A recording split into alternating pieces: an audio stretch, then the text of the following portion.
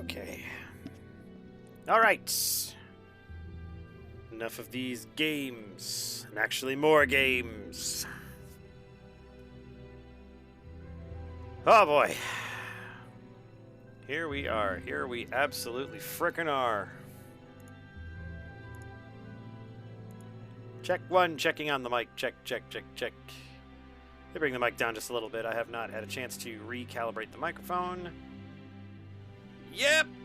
I figured Roku would be a really good jank setup. So, welcome to my jank setup. Thank you. Check is good. Check is good.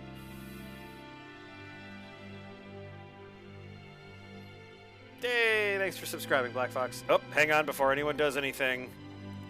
Let me make sure my tits are on. Hang on. Hang on. Let's see, run through. See, I'm having to relearn everything. Shooba dooba dooba dooba dooba dooba doop.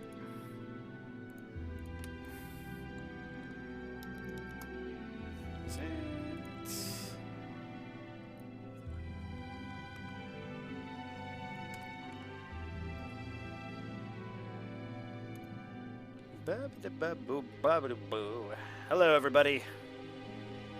It's good to be back. Welcome to the stream. This is... Aha! I still have to download it. Okay. I'll have to work on that. Yes, it's not active at the moment. So save your points. Save your points. Do not try to throw things at me. I'll have to fix that. There's a lot that I have to fix. I have to fix many things. As you can see, my hand is here. For we will be rolling actual dice with this grizzled claw, as you see before you. Hello! It's been a while, and I'm sorry. The stream has been interrupted by many things, including the inability to use the iPad. We're working on that. I have an adapter coming that will supposedly fix everything.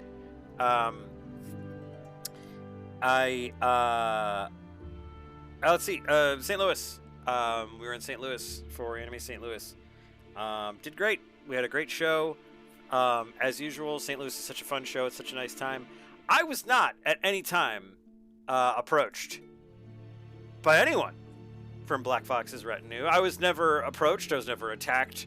I was never at any time accosted by a Canadian retinue. No one with a maple leaf brooch attacked me. I was told not idly do the leaves of Canada fall, but no one, not one. So St. Louis went great. Roscoe had a great time at Grandma's, even during all the crazy storms. He enjoyed all of the water. It was cascading down the hillsides. He quite enjoyed that.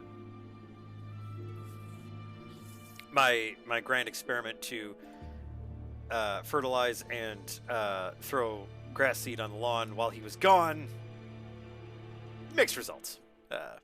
I think all of the areas that did not need grass seed got grass, and everything else did not. So, oh, they're British. Your friends are British. Well, that would you know what? I wasn't looking for British people. Wasn't looking for British people. I can't do Clover. I'm American. We got sidetracked by side quests. God, that's so British. Oh my God, they were probably just like Paddington Bearing all over the damn place, looking for marmalades and hats, trying to find a haberdasher or a cobbler somewhere. It's so British of them. Probably making off with teas of various kinds. Anyway, so St. Louis was lovely and wonderful. We had some delicious Japanese bentos that they had at a little Japanese commissary pop-up that they have there. Every year they actually have like a little Japanese commissary that they put out in the back. They have a couple of food trucks from local Japanese eateries as well as their own like kind of Japanese kitchen. It's good stuff. There was an active game going of where they had a menu of items, and the menu was being taken down as things were being sold out, and there was a girl behind us where I swear to God they were basically just removing everything that she wanted. So, but trying to find a good beer. Well, it's not difficult in St. Louis. I don't know why that would take time. There's lots of good beer in St. Louis. Hell, there's lots of good beer in Missouri. I don't know why there would be a hard time finding that. In any case, we returned. We drove through a column of storms. There was lots of cool chain lightning. Had a good time with that. Upon our return, we got to take on our little super senior friend Rudy Toots. He's our little buddy, a little orange buddy. We've seen some photos of him. You'll probably be seeing some more photos and video of him as the days progress. He is, I believe, he is sleeping on my side of the bed as I am looking now. I believe that is the case. Yes. Yes. At some point, he might wander in. If he does, I may co-opt the camera.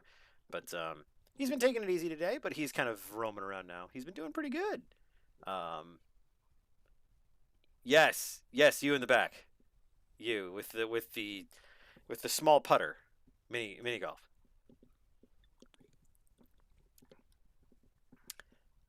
Yes, they're here. I was getting to that. I have an agenda. You know, I have an agenda. I have papers. I have a schedule to keep. This is actually the warranty card for my my Asus wireless card. This, though, this is my agenda. It folds out. See, it's enormous. It's a plan. It's like a map. God. Has Rudy done a flop yet? Yes, he has. Asus warranty cards absolutely do look interesting. You are correct, Garen. He has done a flop. Yes, I remember to slow play. This is not my first cat. Okay, this is cat number 4 actually that I have lived with. This is not my first cat rodeo. This is not the first cat that I have served. I've served many cats. I've been on many cat staffs at this point. How dare you? I come highly recommended to most cats at this point. Good grief. You'll notice I do not have my laugh track with me. I also do not have my applause track, and that is because it is currently broken, like most of the things on the stream. I have moved my computer from the Mac, which was running my stream, to my gaming PC. There are benefits and downsides to both of these, so I will be spending some time, probably this weekend, working on getting the stream back to where it was. At the very least, getting it to where it's more operable than it is now. But I absolutely wanted to make sure that I got back up and running because I need to stream. I felt bad that I wasn't streaming, and it was starting to bum me out that I wasn't. So, in the meantime, cats are secret dragons. You're not wrong. In the meantime, let's see here. Ooh. This dice tray that we will be using extensively this evening is also a good display for miniatures. This is a chaos sorcerer that I printed out for HeroQuest. Look at him! Look at his majesty. He's got a skeleton face. It's a little difficult to see the skeleton face with this this camera. Everyone paints him to look like Skeletor, and I don't blame them because he's an incredible chaos sorcerer. Let's see what other. I had to empty all the miniatures. Ooh. This is a gargoyle. He's the finest miniature in the land. Yeah. Compared to anything else, that's rubbish. This is a gargoyle. This is brilliant. But yeah, I had a bunch of miniatures that were they're hiding in here. Ooh, this is the elf from HeroQuest that I painted up a long time ago, many moons ago. His sword broke, so I sharpened it into a short sword. I made him a cape fighter, so he uses his oilskin cape to wrap his enemies' weapons and snap them. Yeah. And that's smart. Isn't that a cool idea? Yeah. I thought it was cool. Everyone else thinks it's dumb. And if you think it's dumb, then you can subscribe and tell me it's dumb later. Let's see. Other cool minis in here? Yeah, there's some other cool minis in here. Oh, one of the best. It's not a bloodthirster. Everyone, what is this? Tell me what this is. Eh? Eh? Does everyone know what this is? That's right. This is a gargoyle. That's a gargoyle. It's the finest miniature in the land. It's brilliant. It's a gargoyle. When a young lad saw this miniature, you know what he said? He said, "Woo! I want to get in line with this Hero Quest action." And he was right. Thank you, the Bard. Yeah, dude, some other minis. There's some Paizo stuff in here. Get your Bloodthirster off my Discord channel. Boo Earns. Boo Earns. I don't need your corn. Look at your corn. Boo corn. Yay everything else. I also have a small owl. This was Mrs. Zibb's familiar for her Arcane Trickster in the Ravenloft game we were playing. His name was Star. Whew. Oh, I know you've missed bothering me. Everyone misses bothering me. Where was... There was one in here. There's a line of minis that I highly suggest because they're super detailed and they're very overlooked. Where are you now? You were, well, this bodes well for the figure because this is exactly what it's supposed to do. It was just fucking here. Where did it go? Are you hiding deeper in this rat's nest of wires that I have in here now? There is absolutely a rat's nest of wires on this desk now, and that's mainly because I was flailing trying to get this whole thing put together. There you are. You're on the other side of the desk. There is a line of minis called Wardlings, and they're younger adventurers. They're like kids, like young teen adventurers.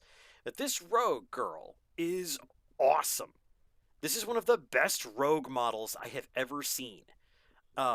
It's a little difficult to see with this particular camera, at least. No, I will not let the rats claim it. And we have a cat now, so you think rats are going to get here?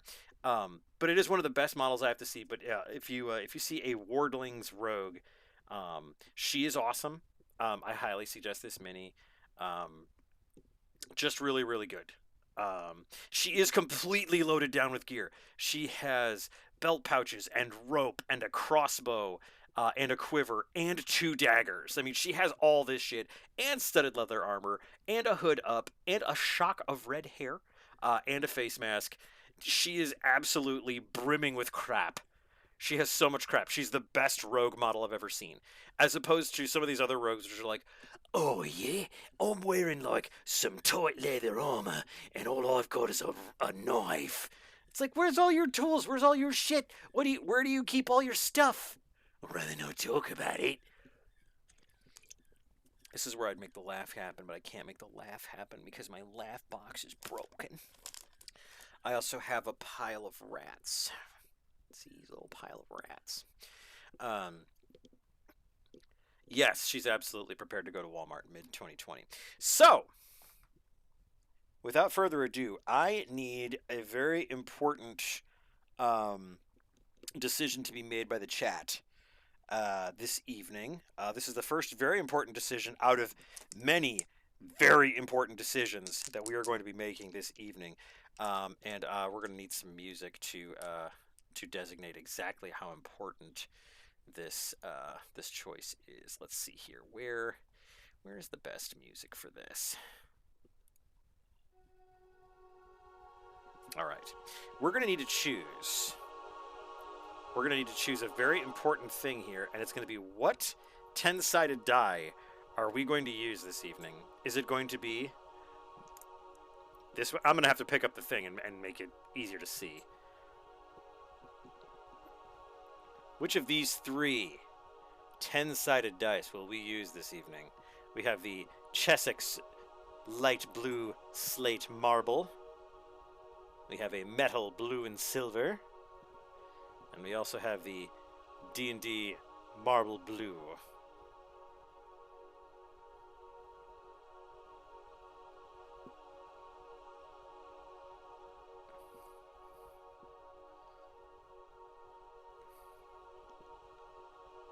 Metal one. I have 1 vote for metal, 2 votes for metal, 3 votes for metal. All right, metal it is.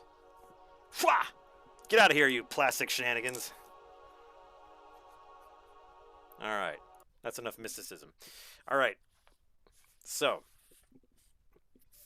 you cannot kill the metal. Well, let's see. Let's test how it rolls. Let's see if you've chosen wisely. I need some tense. I need some tense music in here.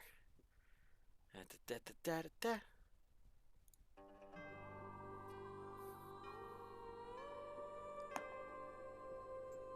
Ooh. That's a 4. Not bad. Not great. Well, that's what you chose, chat. Oh well, that's fine. Whatever. That's fine. It's okay.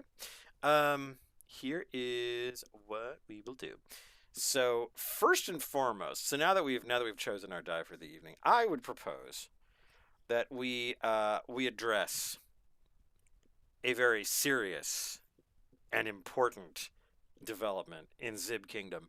A couple days ago, there was a rapping on my chamber door, and I don't usually listen to rap, but at this point, I was very concerned because this happened while I was away. So when I got home, I found a parcel at my doorstep, and the doorstep was covered in what appeared to be maple leaves. I was unconcerned until I found the parcel was from Canada. And when I opened the door, and the package, I should say, I was a little worried because first and foremost, there was a bag in here that was Fabrique in Canada. That was a little concerning, but I have received a bag of all dressed ruffles. Now I don't know if folks outside the States understand this. We prefer our food to be nude. I don't understand I think the modesty in other countries is a little weird when it comes to food. It's food. Why has it got to be dressed up? I can hear the cufflinks in here. It's a little bit fancy. But I've been assured that these are some kind of delicacy. That this is the end all, the be all Canadian chip. Jesus, frankly.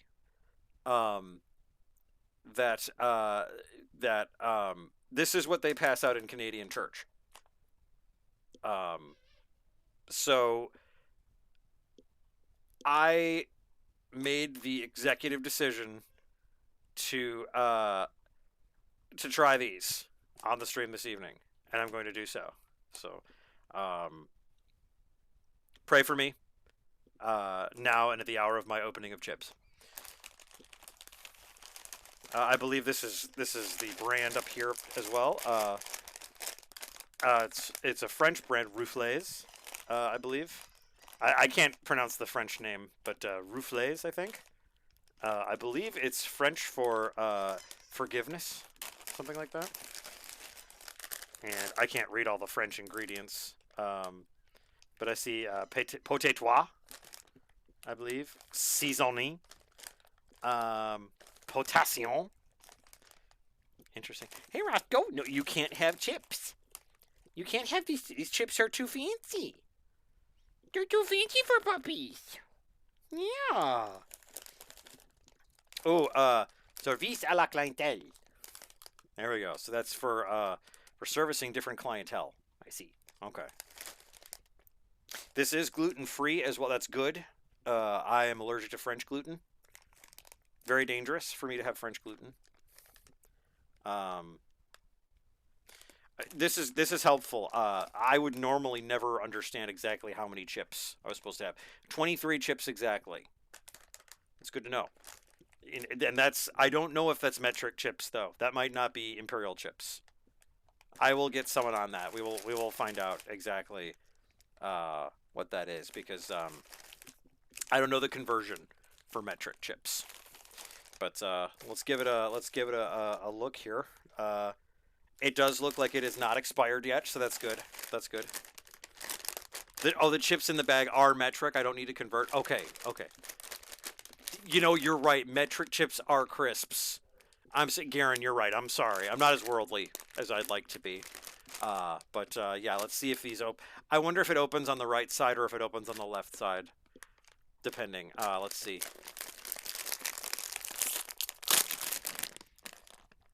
Oh, there's definitely there's an aroma. Black Fox.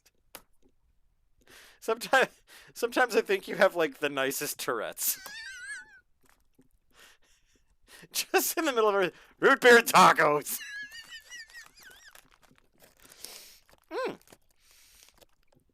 They do smell good, I will say that. All right, so let's take a look at one of these chips here.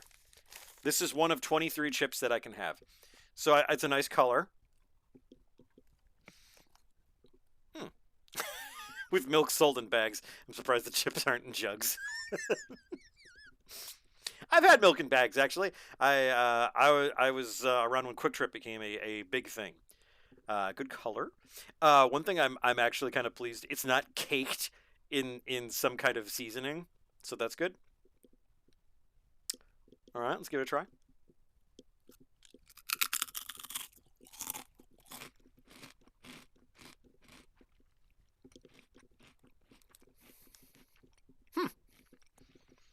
You know what? I'm going to have 22 more of those. Hang on.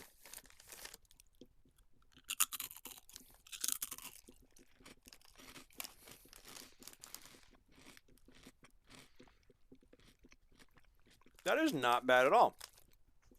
That takes everything I like with salt and vinegar and everything I like out of barbecue, puts them together. That's actually quite good.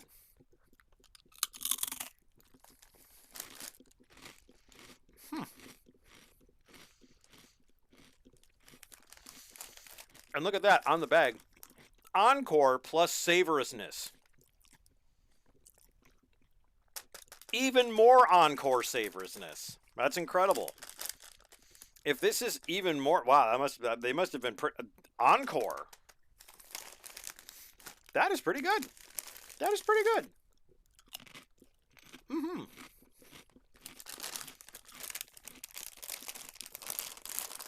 I am going to do what most Americans do. I'm going to roll that up, fold it underneath the bag, and place it gently in my refrigerator so the ants don't get to it. Because here in the United States, if there's one thing that'll get in my house, it's fucking ants. All right. Those are excellent. Those are actually quite good. I might have to hide those from Mrs. Zibb, because those are actually... Hi. Hello, Mr. Snoot. So we found the one thing that will get Roscoe to hang out on the stream with us, and that is to have chips in the room. And there we go. Well, isn't that special? That was good. He sent 2 bags of Rubies. Shh, no, you only sent 1 bag. I don't remember you sending 2 bags. You only sent 1. That's like the joke that I always see on, or I used to see on Imager. That was me with a briefcase with 7 ducks on the yeah, it was me with a briefcase with 7 ducks on the inside. Man, the deal was for 8 ducks. Me, I'm just the messenger. My hat quacks softly. Well, that was a pleasant surprise. Thank you for those, Minnie. That was very nice of you. That is the first Fabian Zibb fan mail. I appreciate that. So I had mentioned on Wednesday Eve that that I had a special activity this evening, and it is not a video game, and it is not a tabletop game. It is a game, however, and we'll be playing a game called Lone Wolf: Flight from the Dark. This is a choose your own adventure role playing game. As you see up here in the top right, we actually have a character sheet. All kinds of good shit here. So we'll actually be creating a character this evening. We'll be playing through this particular game. Now this is actually very special. This is very special to me. Um, Not only Joe Dever, the author, passed away only a short time ago, only a few years ago. Um, and this was a just like a shot in the dark kind of thing that worked out really well for him, and it's just a very um, it's something you don't see every day. It's very special, and I actually saw the Bard playing this on his stream, and I was so enwrapped with it. I just thought it was so cool. I loved it so much because I grew up with Choose Your Own Adventure books, and I loved them quite a bit. And I even remember there being Dungeons and Dragons books that were very similar to Lone Wolf. In fact, I think my library had a pair. For the life of me, I swear I remember. I think it might have been Fighting Fantasy. It very well could have been. I swear I remember one of the covers, but for the life of me, I can't remember the name of the book. Anyway, um, so I grew up with books like this as a kid, and I really loved them. And when I saw the Bard playing it, I was like, "Oh, that's incredible!" And I told my wife about it, and I thought it was really really neat. Well, and then come to find out, in Christmas of 2023, um, Mrs. Zibb's mom bought me the whole series of Lone Wolf. There's 5 books. It's a great big series. There's a lot of books actually. Um, the first 5 here are what she got me. So there's the Kai books, the Magna Kai books, the Grandmaster, New Order, and Endgame. And so these books are very special. So I'm gonna enjoy these, and I hope you'll enjoy them with me. Um, and yeah, so just wanted to let you know these are very special. These are very special books from Grandma Zeb. Um, and yeah, so just thinking about her and thinking about just how I think she'd have fun playing along with these two. We actually played a card game the other day that she had introduced me to. I had never played it before, called Milburn. It was a French card game. You might have played it actually up there in the old Canada. Um, it's a card game about taking a car trip, and it's it's really goofy because you can get flat tires, run out of gas, getting crashes and stuff, and it's very fast paced. But the idea is to have like the longest trip, and to like make combos and like do crazy stuff. Um, but I found a copy of that, and we played it the other day. It was fun. It was a lot of fun. We played that with some of our friends. That was a good time. But yeah, so this is a long time coming. This has been on my shelf for a while, and I've been kind of wanting to jump into it and play it, and I was just like, oh, I don't know, I was kind of apprehensive, but I was like, you know what, I gotta do it at some point. So, Lone Wolf, Flight from the Dark, and I'm gonna do my best to have the book out here, so we can all see the book itself, um, and yeah, Milburn, it's fun. You'd like it. it is a sit in a circle and bitch and just laugh, and oh my god, it was hilarious. Mrs. Zibb was absolutely just livid because she was stuck at a red light for like like 20 minutes. She could not go anywhere. So she just kind of sitting there, just like, what can I do? She's like trying to throw stuff out at people, and it was pretty funny. But yeah, it's a great game. It's super fun. Uh, anyway, so on with the show. I'd like to read you the back of this. These are the 5 books in the set that Grandma Zibb got me. I'd like to read you this set here. Allow me a moment to set the mood. Right.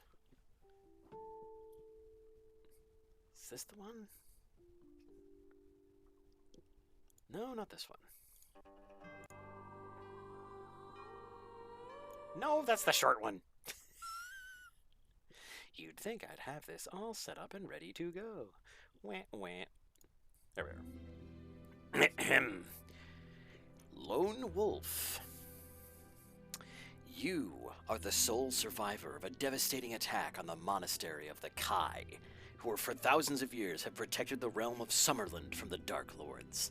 The servants of darkness hunt you across every turn of the page. Can you reach the capital and warn the king of the gathering evil in time? Will you survive? Choose your skills and your weapons wisely.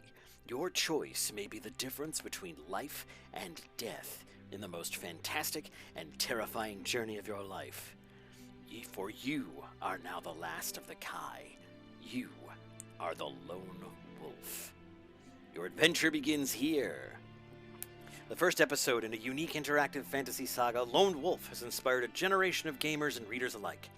Each adventure can be played separately or combined to create continuous 32-book role-playing epics.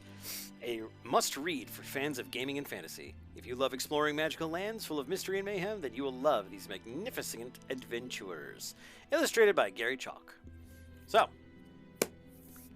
la la la. Yeah, getting this far has been a heck of a challenge. So, but in any case, let us begin.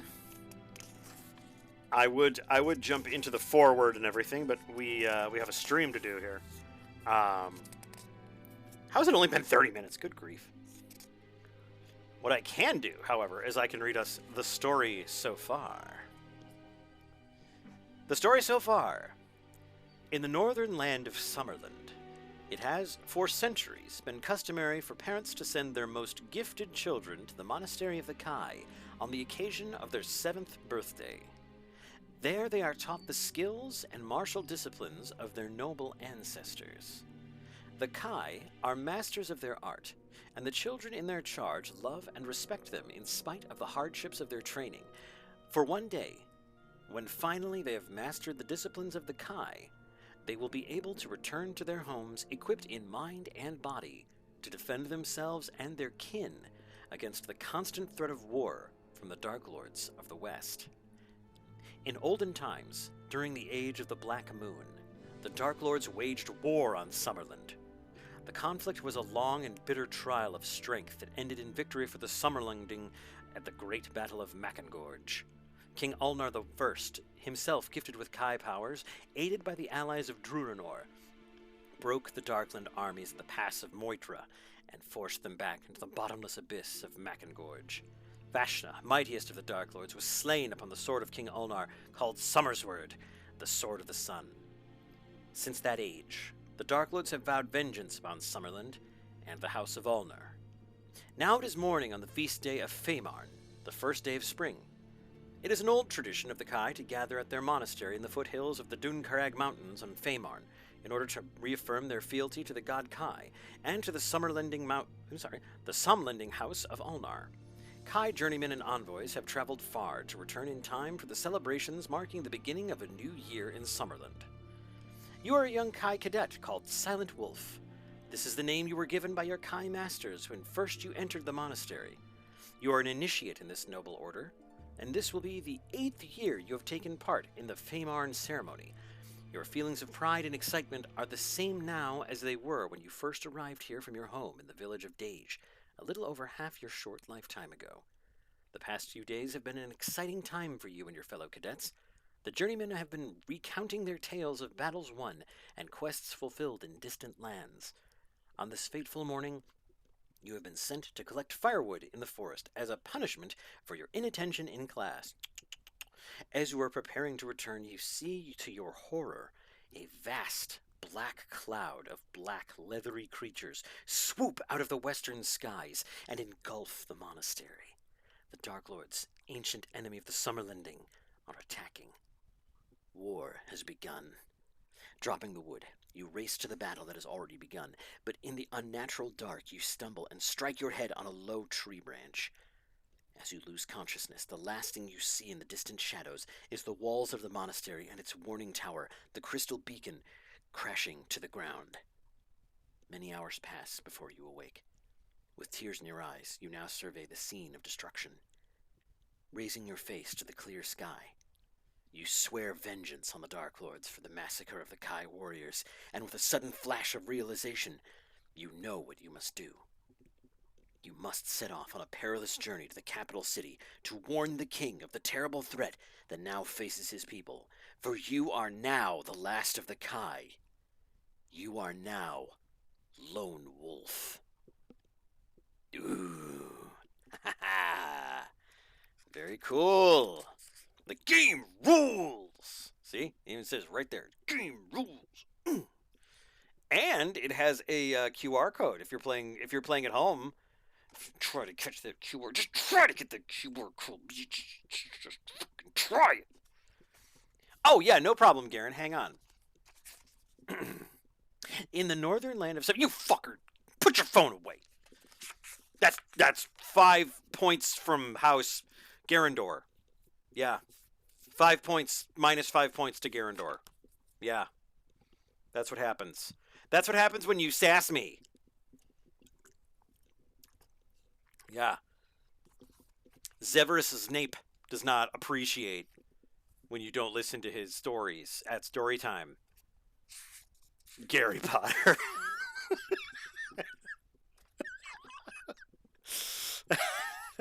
I was trying. I was like, I was looking. So,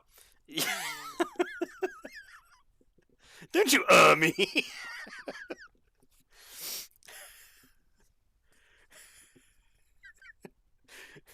Be silent. Keep your forked tongue behind your teeth. If I called Gary before, it's okay. All right, so this action chart here is going to be our character sheet. You keep a record of your adventure on the action chart that you will find at the front of this book, or by using this link. This is this handy-dandy little QR code. We have a digital copy. I'm not writing in these things. These things are practically reliquaries. I'm not going to write in this. Yeah, if only it worked. Just saving you some points. And you know what? Now that we're on the PC, that'll actually probably work better. We'll have new redeems that we'll be able to do. So don't worry. It'll be better. It'll be better. Better than before. You'll be able to throw entire people at me. It'll be amazing. Anyway, during your training as a Kai initiate, I'm gonna try to get this a little bit more in focus here. There we are. During your training as a Kai initiate, you have developed your fighting prowess, combat skill, and your physical stamina, endurance. Oh, and your burp skill. Before you begin, you will need to measure how effective your training has been. To do this, and now normally you would take a pencil and with your eyes closed, point the blunt end of it to the random number table at the back of the book. If you pick a 0, it counts as 0. That's the other thing. On a 10-sided die, traditionally, this 0 means 10. That's the number you want to see in games like Dungeons & Dragons and everything like that, because it means big fat 10. In Lone Wolf, it means 0. It means, oh shit. So, we want to look out for Mr. 0. What we want is big fat 9. Yeah, look at that 9. So curvy and sexy. I love 9. Boom. That's 5. Five's okay. Five's a 5.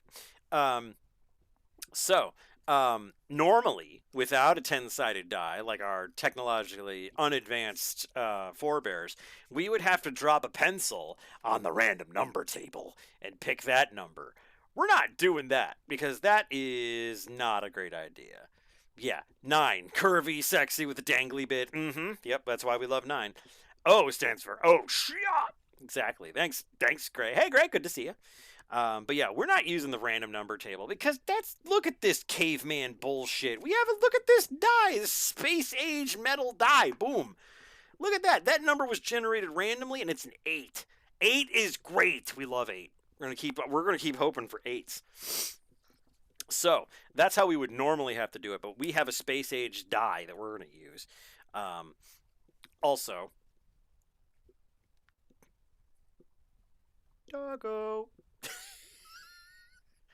He's down there. 8 is great. Doggo. So we like that. We like that. We love it. We need it.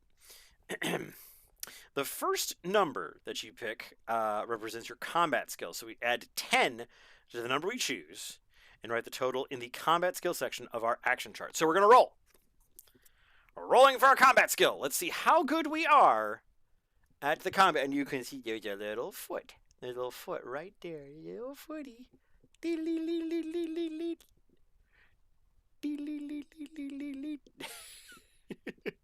All right. Let's see. How warrior are we? How much warrior are we? Are we a warrior or are we a cook? Let's find out. Wha-bam! Oh, fuck. Okay. That's a 1. So our first roll is a 1. So that our combat skill is it's a big 11. That's okay. That's all right.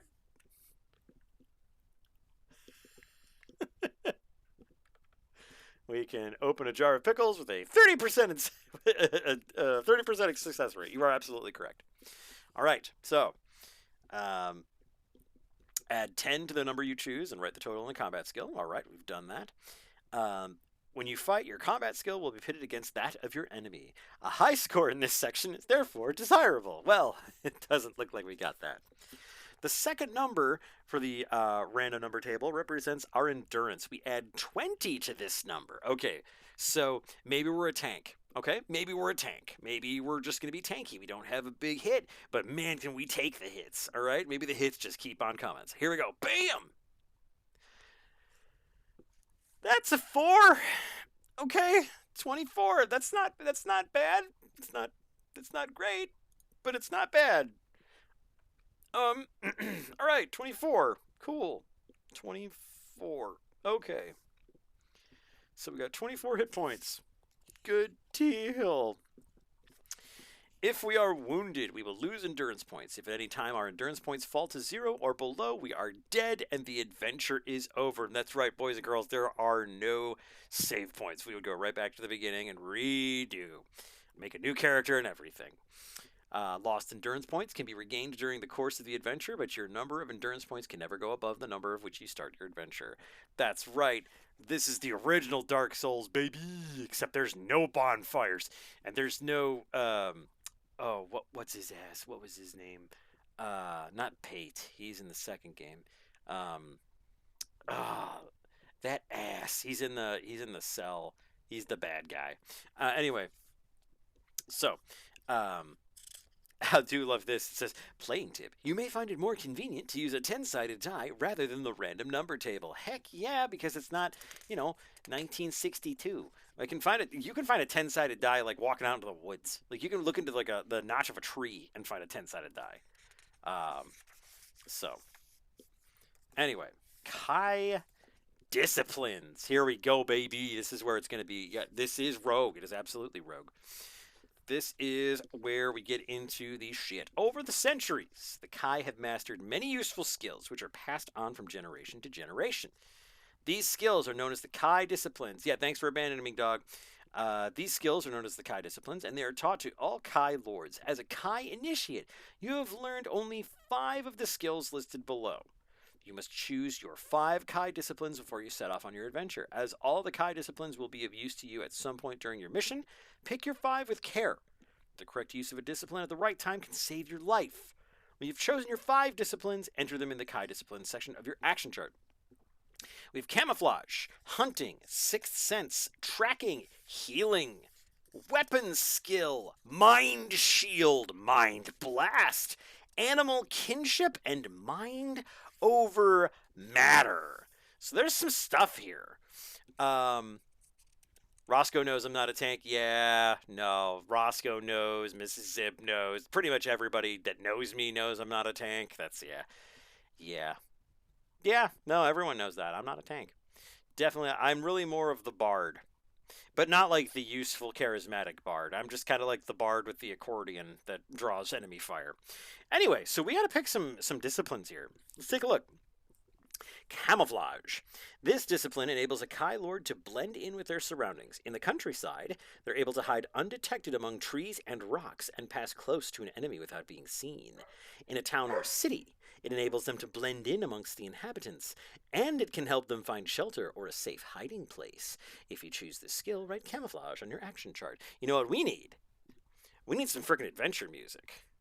And I need a bookmark. I have a bookmark with a lesbian wolf and kangaroo that I can use. Actually, I will find that. But let me find ha-ta-ta, ha-ba-da-ta-ta-ta-ta. Oh, is this gonna work? It probably won't. Castle Crashers OST. That's not a bad idea at all. I was gonna go with Chrono Trigger. Who's surprised? Who is surprised at all? Let's see if I can get that to work. Because if there's one thing I know, music makes the people come together.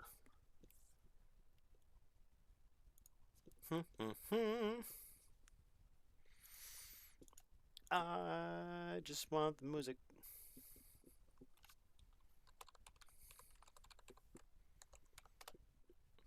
La la la la la. Oh my god, just let me.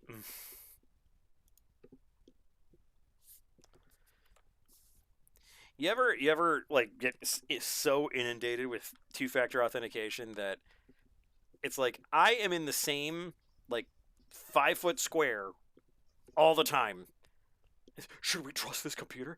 It's been the same computer the last 16 times that I've done this. Yes, trust it. Got a two-factor fucking everything. You're not wrong. These are Castle Crashers. It helps if I can spell castle. And Crashers. Hey, it's right at the top. Jumper. Is this a good one? Oh, it doesn't want to play.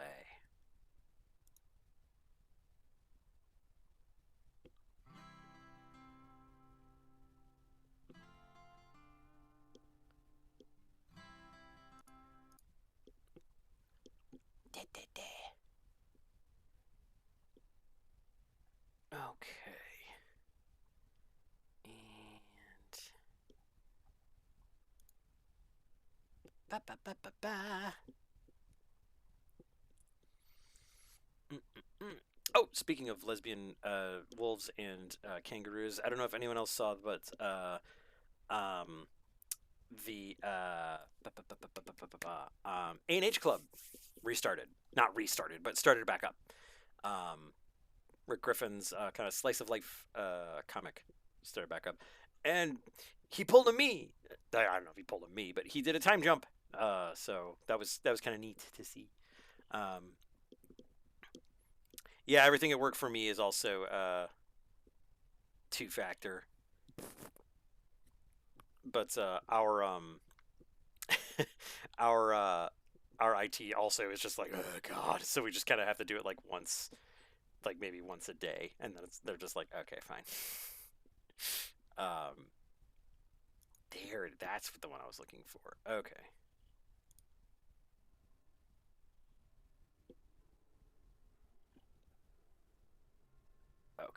which one was 5? That's what I was doing.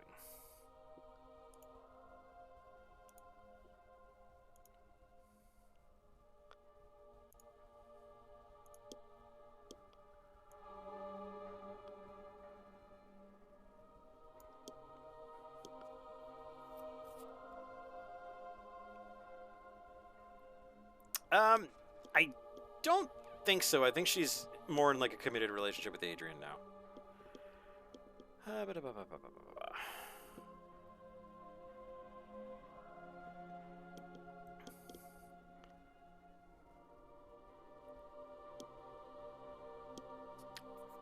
we are. Okay, I'll get a better bookmark here in a bit. All right.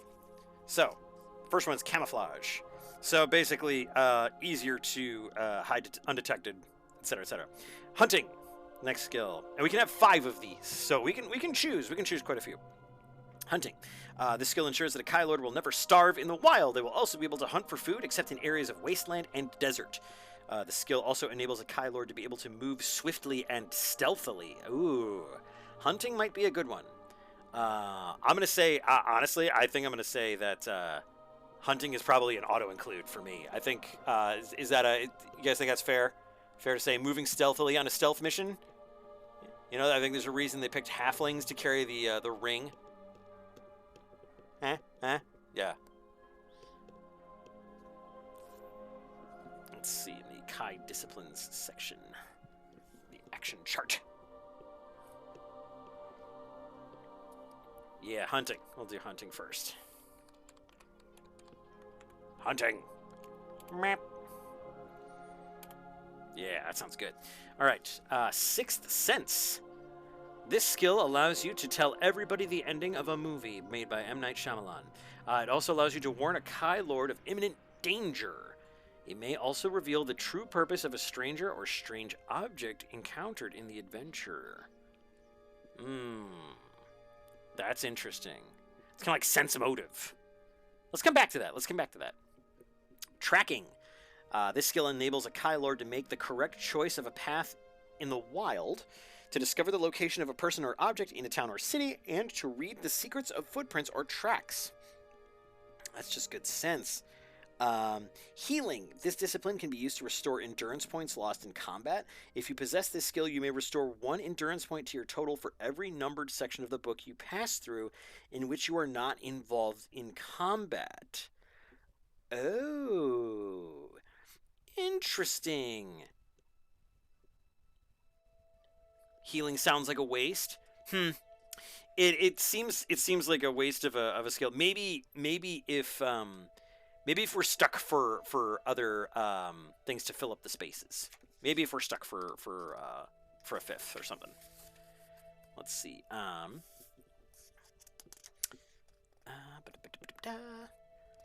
Weapon skill.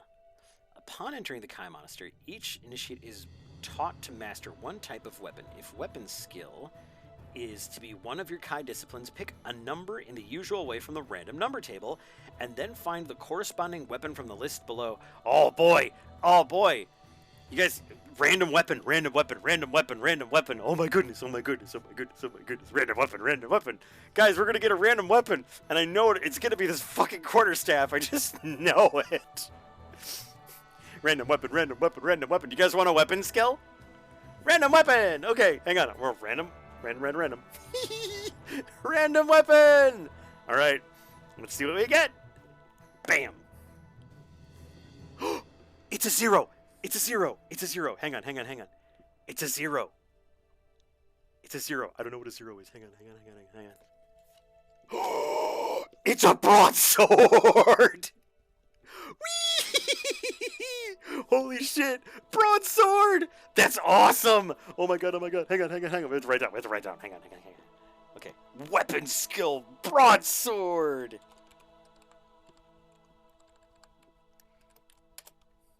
And it's broadsword.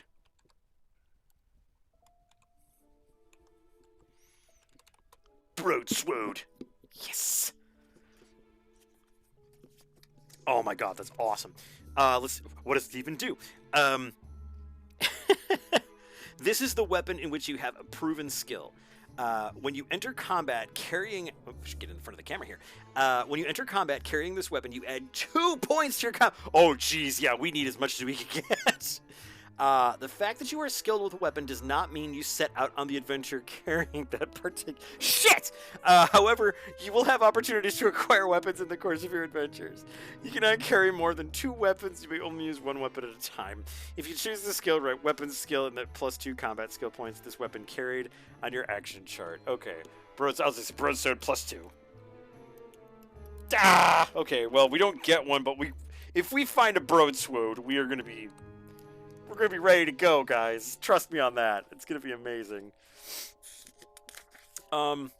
Mind Shield. Some of your enemies will have the ability to attack you using psychic force, i.e. the power of their mind.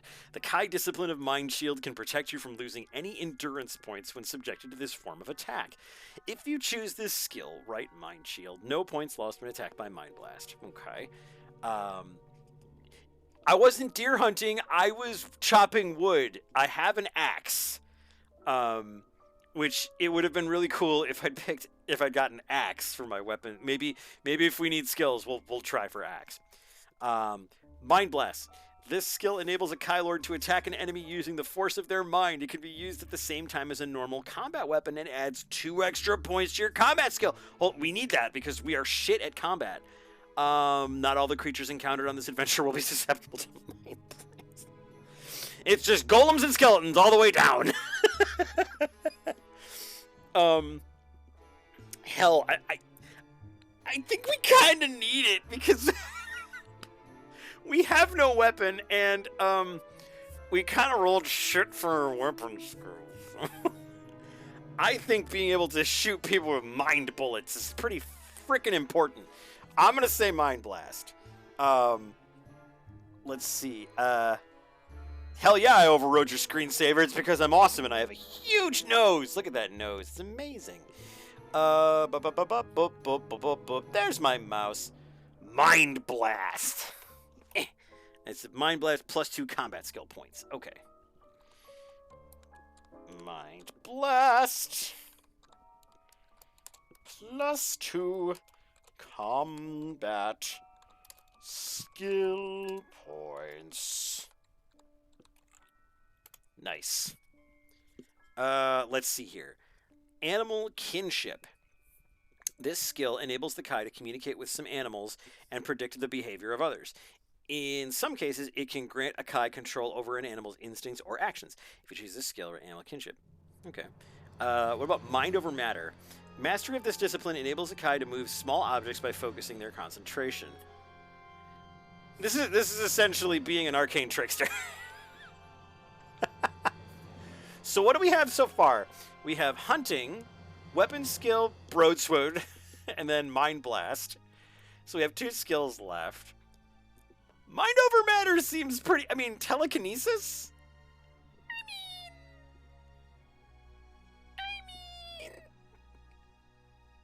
Oh, hello, big titty fox girl. Jeez. So, I mean... I mean... Let's see here.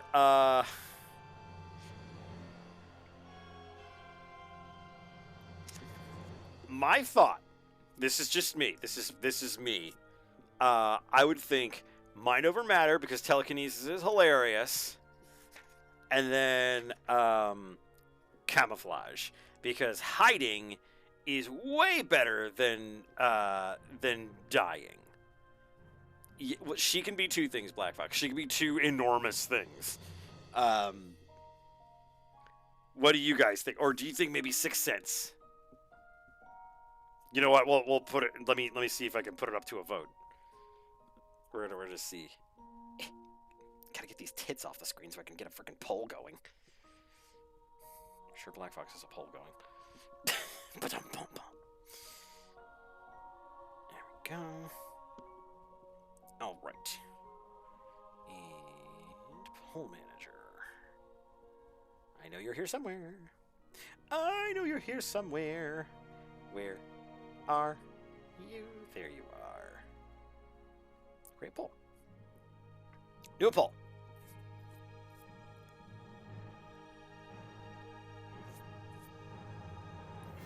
Oh, we've got some votes in the chat. We've got 6 cents. 6 cents. Okay. So I've got 2 for 6 cents. I'll take 1 6 cents. That's a pretty good one.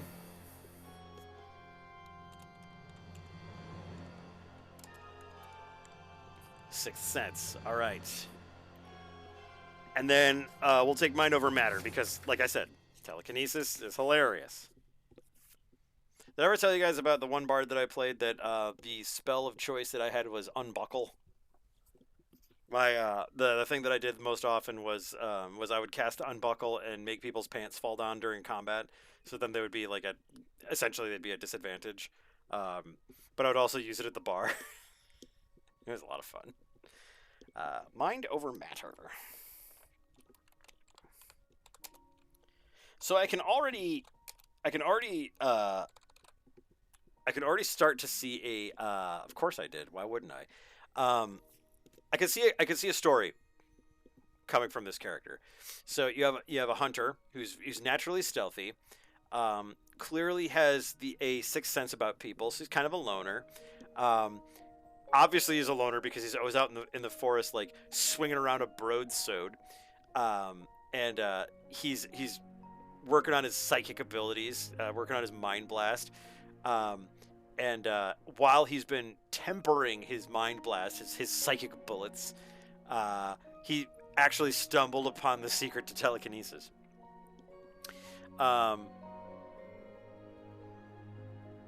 Ooh.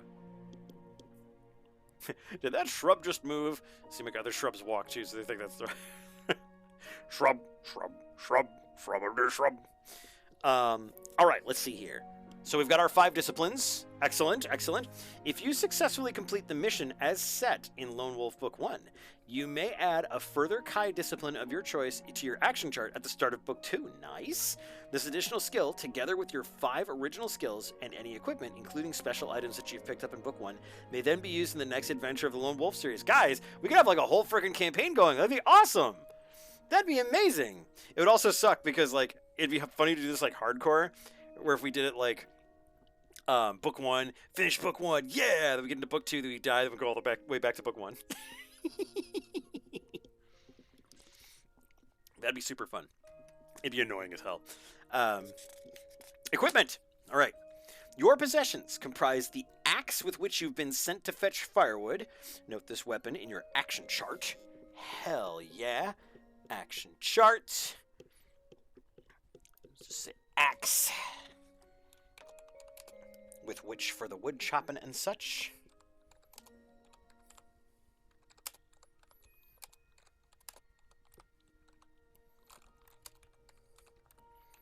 Wood chop 'em. There we go. The wad chop 'em. We have a backpack with 1 meal in it, a belt, and a leather pouch in which you keep your money, gold crowns. To find out how much money you have, pick a number from the random number table. Oh, fuck that. We're going to roll die. All right. All right, let's figure this out. Let's figure out how much money we got. How much money we got. How much money we got. All right. Are we a spendthrift or are we a wastrel? Let's find out. Spendthrift or wastrel? Spendthrift or wastrel? I'm going with spendthrift. Fuck! We're wastrels. Every one of us. God damn it. We got no money. Not a goddamn crown to our name. That's why we're in a Kai initiate. We got no money. We got an axe and no fucking money. Because we're spending all our money on mind bullet lessons. All right, so what else do we got? We got we have a meal, we have a belt, and a pouch. So we have a belt. We have a belt, we have an axe that we borrowed because we're being punished. Mind you. Oh my god. Holy shit. We're gonna die. We're either gonna die or this character's gonna get to the last boss and then die. It's amazing so far. I wish they didn't name the character because I would have loved to name this character. You know what? Fuck it. Let's name this character. I know it's supposed to be like they're like Silent Wolf or whatever, but we gotta name this character something. Let's see. There's got to be a name. Let's see. Anything for name. Anything for... Oh, the weapon skill checklist. We have the broadsword. Here we are. Guys, there is a spot for bow. We just don't have it. So we're screwed.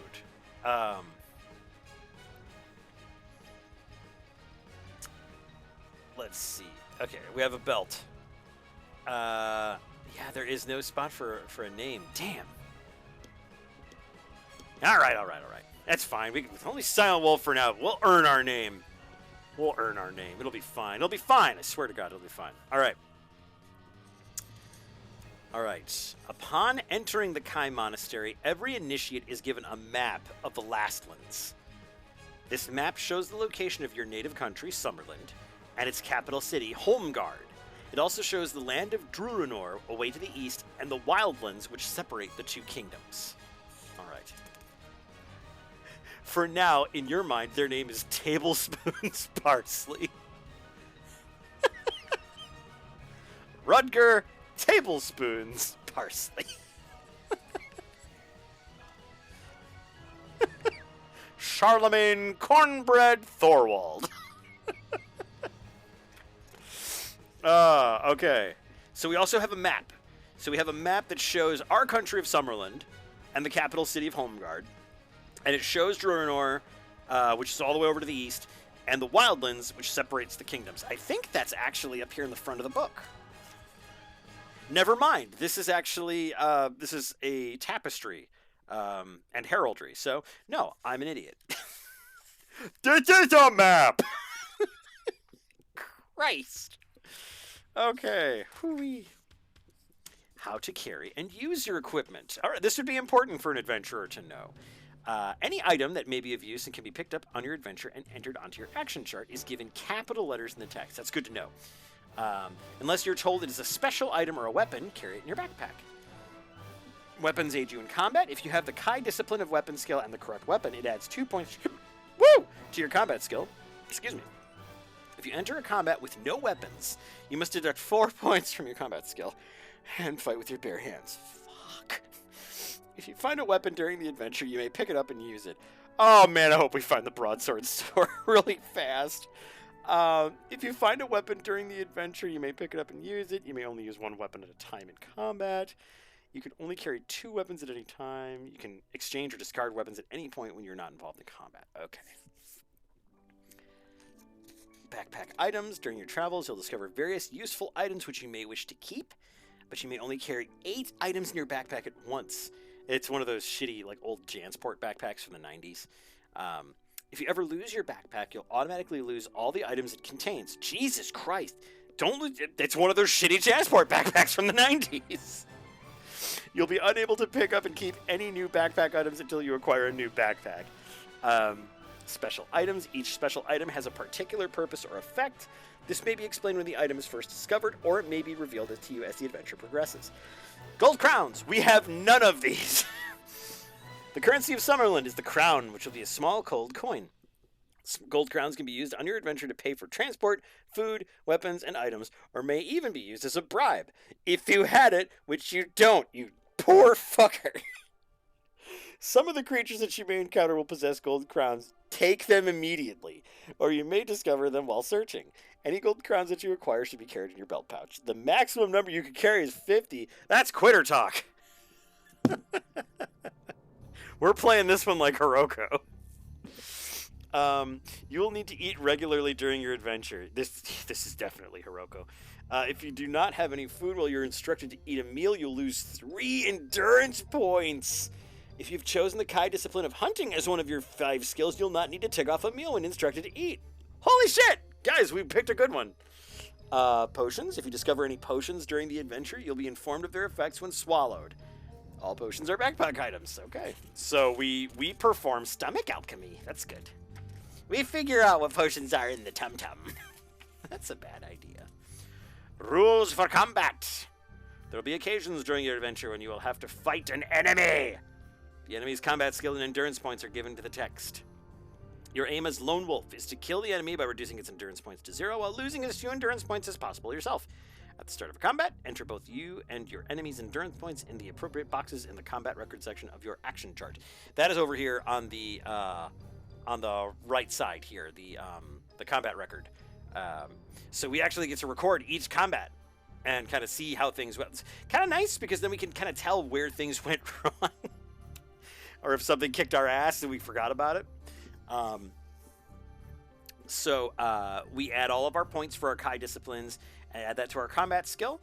We subtract the combat skill of our enemy from our total, and that's the combat ratio. And then there is there's a little doodah here in the back of the book that gives us an idea as to how much damage it's going to do.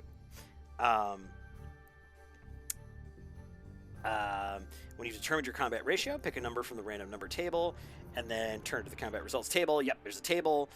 So we roll a die, we consult the table, and then we do that until one of us is dead.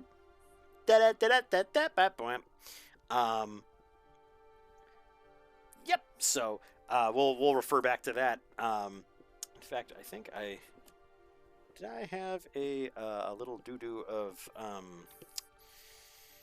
oh yeah, actually this is a perfect time to use a little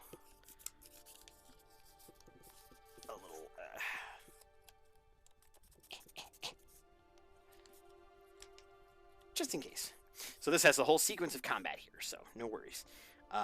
Yeah, and a summary of the combat rules appears in the back of the book, so yeah. During your adventure, you may be given a chance to evade combat.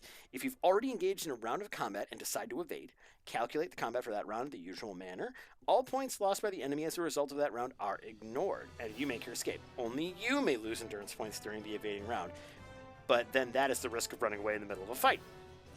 Okay, interesting. Very important pages. Levels of Kai training. The following table is a guide of the ranks and titles that are bestowed upon the Kai at each stage of their training as you successfully complete each adventure in the Lone Wolf series. You'll gain additional Kai discipline and gradually progress towards mastery of the basic Kai 10 basic Kai disciplines. We're a novice. We suck. That's where we're starting. Alright. Beyond all 10 basic skills of the Kai Master, await the secrets of the higher Kai disciplines of Magna Kai. By acquiring the wisdom of the Magna Kai, a Kai can progress towards the ultimate achievement to become a Kai Grand Master. Kai Wisdom. The Kai have many ruthless enemies, including the Dark Lords of Helgadad and their evil servants, who give and expect no mercy. Use the map to help steer a course during any travel you undertake, and make notes as you progress through the story, for they will be helpful in future adventures. Many things you find will aid you during your travels. Some special items and backpack items will be of use in future adventures, and others may be red herrings of no real use at all, so try to be selective in what you decide to keep. There are many routes open to you, but only one involves a minimum of danger. With a wise choice of Kai disciplines and a great deal of courage, any player should be able to complete the mission. Ha ha ha! No matter how weak their initial combat skill or endurance point. Thanks, game. Good luck and Godspeed on the perilous journey that lies ahead. For Summerland and the Kai! There we go. Oh, look at this! Oh, we have a whole map! Oh, the royal arms of Summerland. Look at that. This is Summerland right here. Okay, this is the monastery. This is our monastery here. And then Duranor is over in this area here. There's just the wildlands that separates us. The Gulf of Duranor. Hammerdal. This is our hope lies here in Hammerdal. And we're so far here. The Kai Monastery. Interesting. This is the banner of the Kai Lords. Calter Sea. Ah, cool!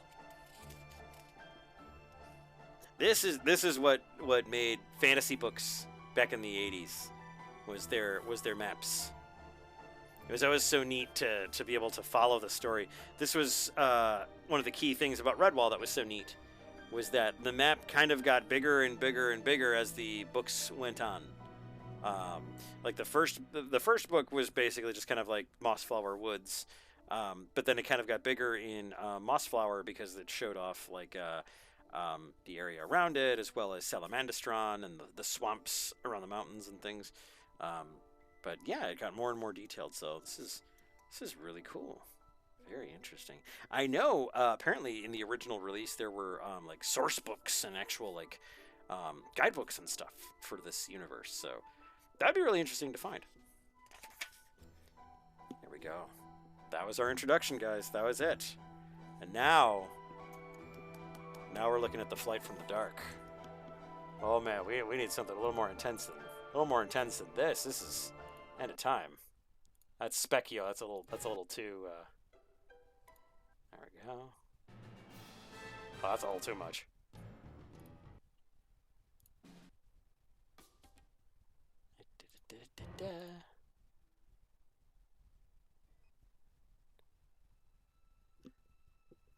Flight from the Dark. Thanks again, Mom. Thank you. You guys having fun? Haven't even started yet. I'm going for an hour and 15 minutes, and I'm having a blast. Hope you guys are having fun too. All right, let's go. Before we start the session, you thought of a new character because you're not the best. You're not the best one at the table. Yeah, you want to make a new character? Go ahead and what's their backstory? Go ahead and give me their backstory in triplicate. Are they a psionicist? Are they a psionicist kitsune? That's 3 levels higher than the rest of the party.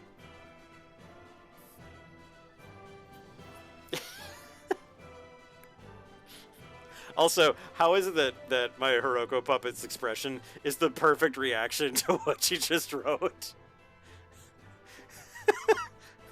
Oh. Did you think of a new character?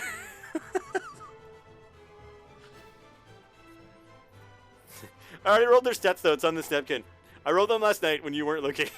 Do you understand how many times I've run into that player?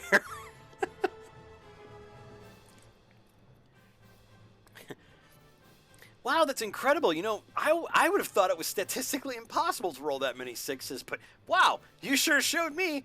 And statistical science. Good job, player I don't play with anymore.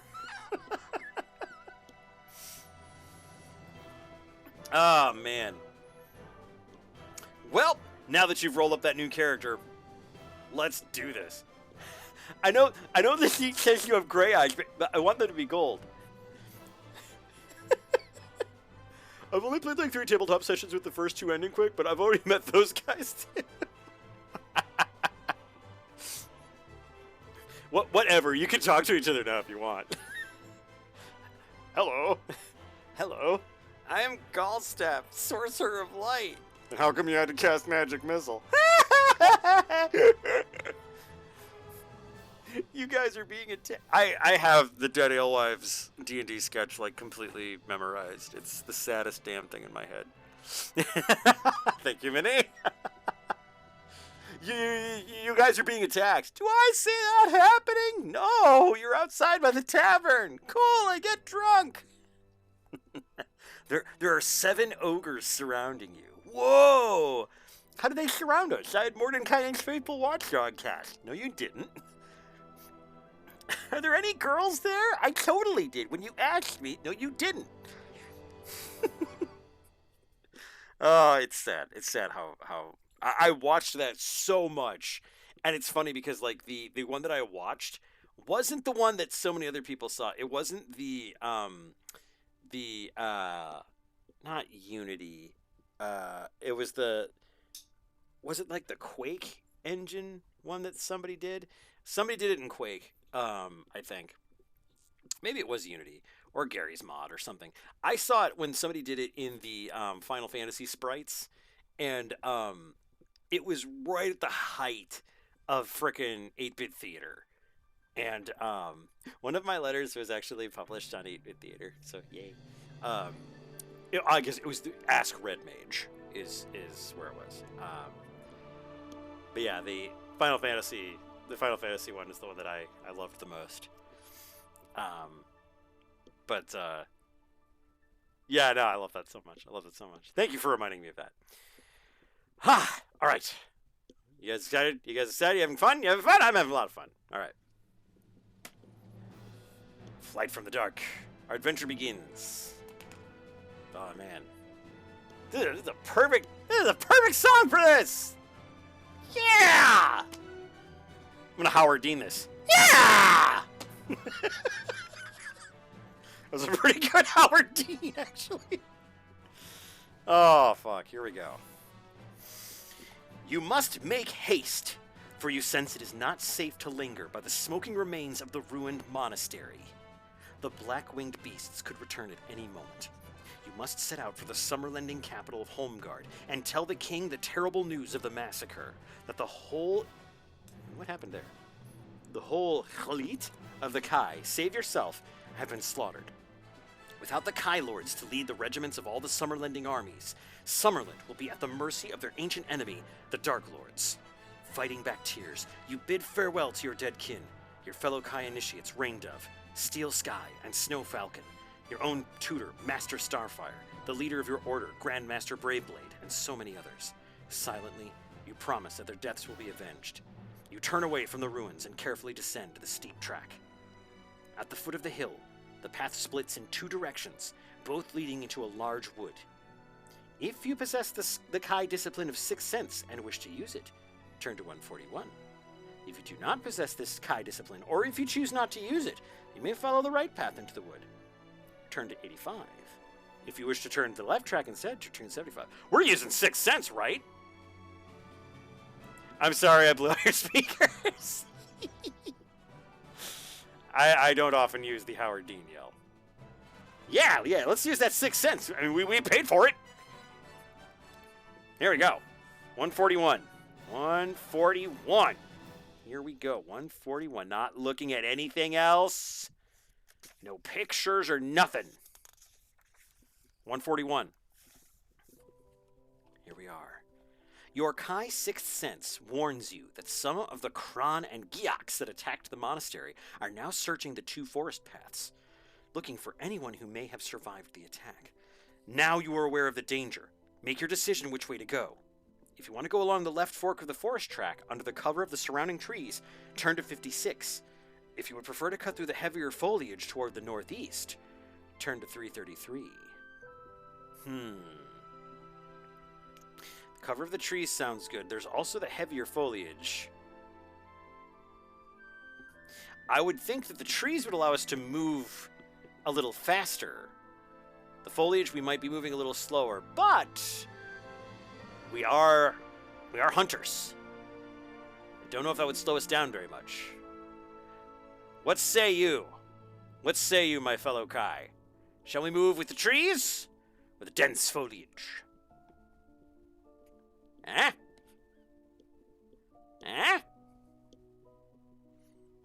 Do I have to Howard Dean again? Gotta do it.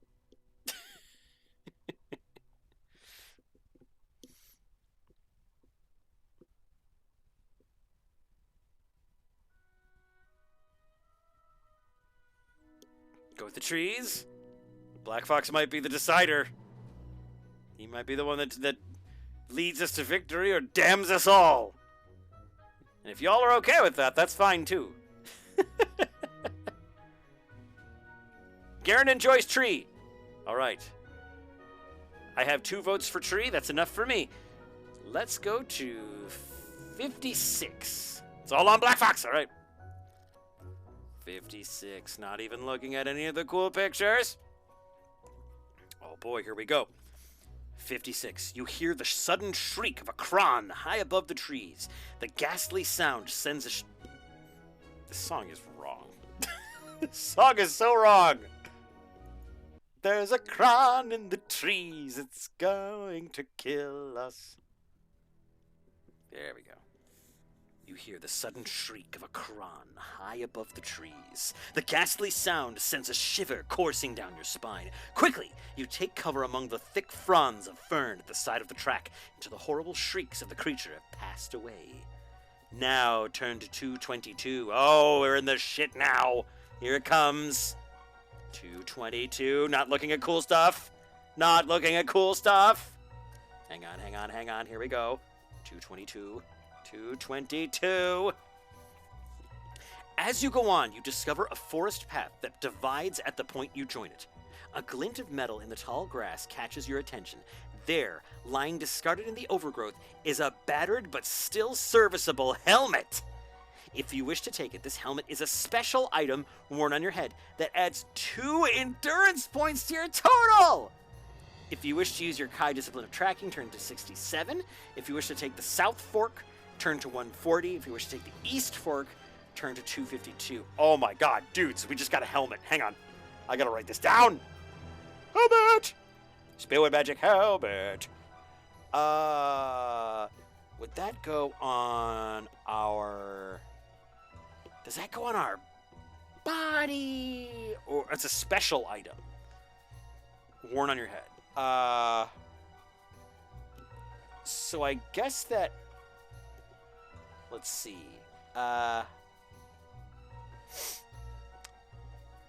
It's none of the bad. I guess it goes in your Kai Disciplines because it adds to your endurance. Yeah, because your axe does too. Okay, okay.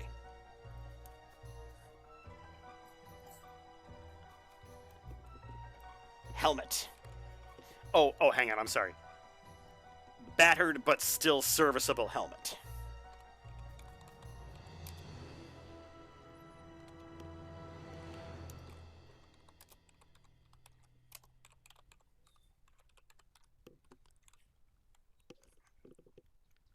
Still serviceable helmet. Plus 2 endurance. There.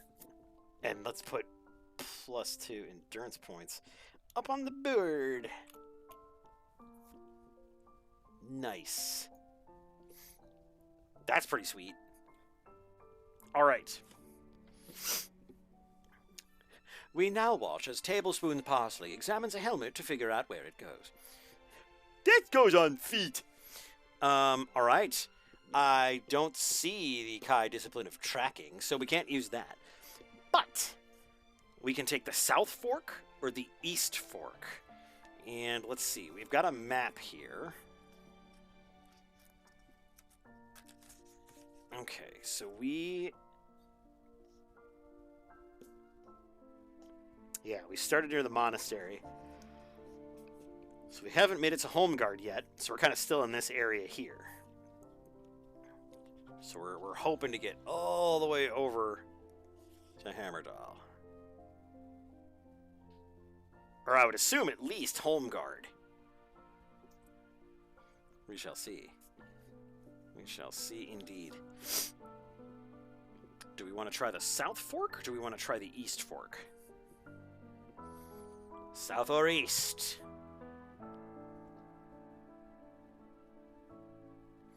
Do, da, dee, dee, South or East?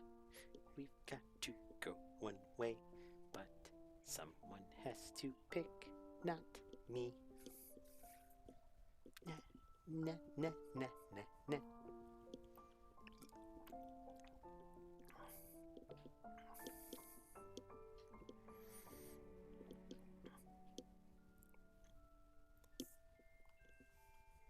All right, here's what we'll do. We'll do a D4. 1 to 2, we'll go, let's see. 1 to 2, we'll go south. 3 to 4, we'll go east. All right. Ha-ta! All right, looks like we are going south. 140. Going to 140. 140, not looking at anything cool. Not looking at anything cool. All right, 140. Soon, you find yourself in a man-made clearing where several trees have been cut down and used to make a rickety watchtower. Below this makeshift tower, there are 3 narrow trails, each leading off in different directions. If you decide to climb the watchtower, turn to 36. If you would rather take the south trail, turn to 14. If you choose to travel the east trail, turn to 252. Or if you prefer to leave by the third trail, which heads off to the southwest, turn to 215. What say ye, chat? Climb the tower. I've got to vote for climb the tower. Anyone else? And dissenters! Oh man, my point and click adventure brain is telling me climb the tower, fall, and break your neck. Before we even get a chance to use this fancy helmet. Let's climb that tower. There may be a bow. That's a good point. It's a very good point. All right, let's check. 36. Tower of the Elephant is my favorite Conan. Climb the tower. Yes, yes, yes, yes. 36, 36, 36. 36. Oh, there's some cool artwork in there. 36. There it is. Oh. Damn. The old watchtower ladder is rotten, and several rungs break as you climb. Pick a number from the random number table. If the number is 4 or lower, you have fallen. If the number is 5 or higher, you do not fall. Oh, boy. Oh, boy. Here we go. Here we go. All right, let's see. We're looking for 5 or higher. Looking for 5 or higher. Damn it! That's a 1. Shit. All right. All right, turn to 140. Well, we lose 2 endurance points, first and foremost. Ah. Shot. Pipped at the post. 140.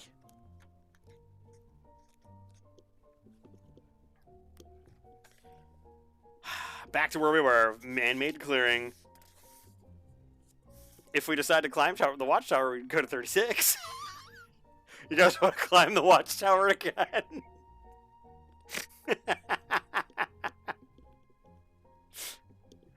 Doesn't say we can't.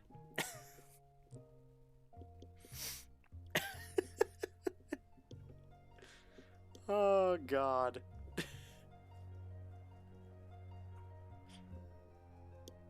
Two endurance points, your helmet fell off.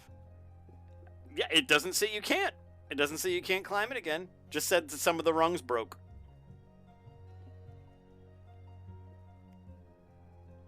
You wanna climb it again? You wanna tempt fate? You want tablespoons parsley to tempt fate once more?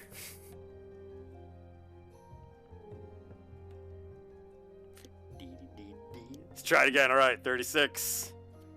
Back to 36. Let's do this. There's still some good rungs up there. It's still good. It's still good. It's just a little rotten. It's still good. It's still good. Here we go. Let's roll this. Need a 5 or better. God damn it! That's a 0. All right, that's 2 more. That's 2 more damage.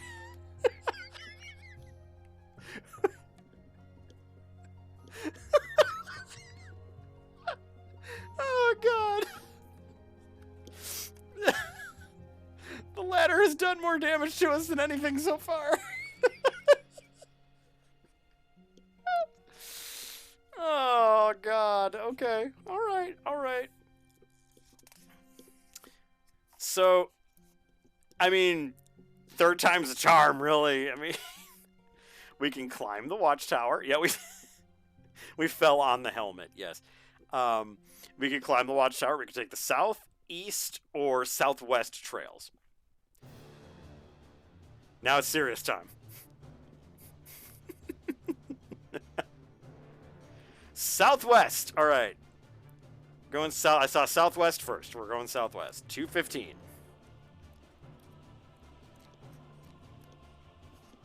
215. You emerge into a small clearing.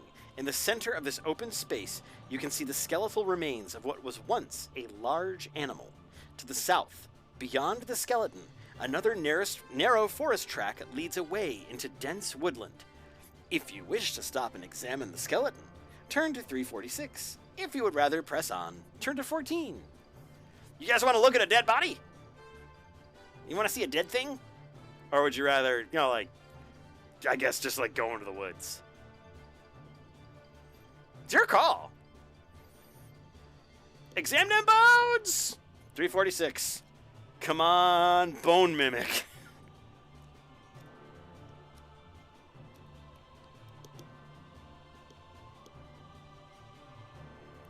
.346. Lodged deep in the ribcage of the skeleton is a spear. It is in good condition, and you may take it if you wish. If you already possess 2 weapons, you must discard one in its favor. Well, we don't have 2. We just have the one. We have the axe, so now we have a spear. Nice. We don't have training in a spear, but the nice thing is that we don't lose a lot of combat skill because we actually have weapons. Sorry, I'm taking the spear. I'm taking the spear. To leave the clearing, turn to 14. Okay, so back we go. Back to 14. That's way back. That's out of the game. I technically closed the game. So yeah, okay. So yeah, we automatically leave the clearing. Got it. I was confused. I was like, wait, I didn't ask anybody anything. 14. You come to the top of a small wooded knoll upon which several large boulders have been arranged to form a rough circle. Suddenly, you hear a loud growl from behind one of the large rocks to your left. If you wish to draw your weapon and prepare to fight, turn to page 43. If you would rather take evasive action by running as fast as you can over the hill, turn to 106. Do we stand and fight, or do we run? These are both completely viable options. I would just like to point out that you guys now have the Spear and Magic helmet.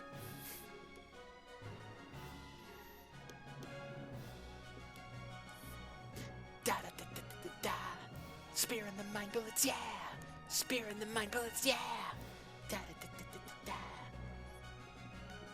Like, I'm Tablespoon's Parsley, trained in the deadly art of the broadsword, wielding my mighty wood-cutting axe and the spear. All right, Black Fox wants to use the spear. He wants to attack. Draw the weapon, drawing the spear. All right, 43. Let's draw our spear and prepare for combat. It's been like 10 minutes. We haven't fought a damn thing yet, aside from gravity. 43. Out from behind the rock comes a huge black bear. It advances slowly toward you, its mouth open and its face contorted by anger and pain. You notice that it is badly wounded and is bleeding from several sword cuts to its neck and back. It is determined to attack, and you must fight it to survive. Black Bear! Combat skill 16, endurance 10. Let's take a quick peek and see what the combat rules are. So, first things first, we add our combat skill to any extra points given to you by our weapons, backpack items, special items, or Kai disciplines. Now, our Kai disciplines, we have our Mind Blast, which gives us +2 combat skill points, and we also have our Spear. We don't get any extra points, but we don't lose any points. We're not fighting with our hands, so we don't lose anything. So that's definitely nice. So our normal combat skill is 11. With our Mind Blast, it's 13. So we subtract the combat skill of the enemy from our 13. The combat skill of the bear is 16. That sucks. Ours is 13. That sucks. The combat ratio is therefore -3. And then, let's see. Okay, so this is the combat results table. This looks confusing, and it is, but don't worry. What we'll do is we just roll a die. And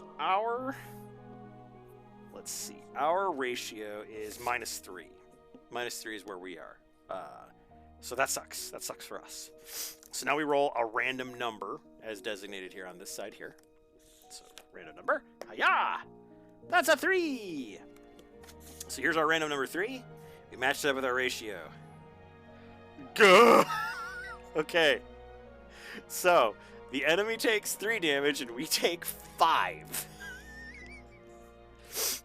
Ow! Alright, so we're at 15. That's cool.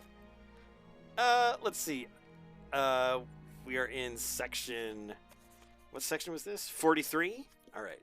Section 43. Combat ratio is -3. And the endurance points is... There we go. We were at 20.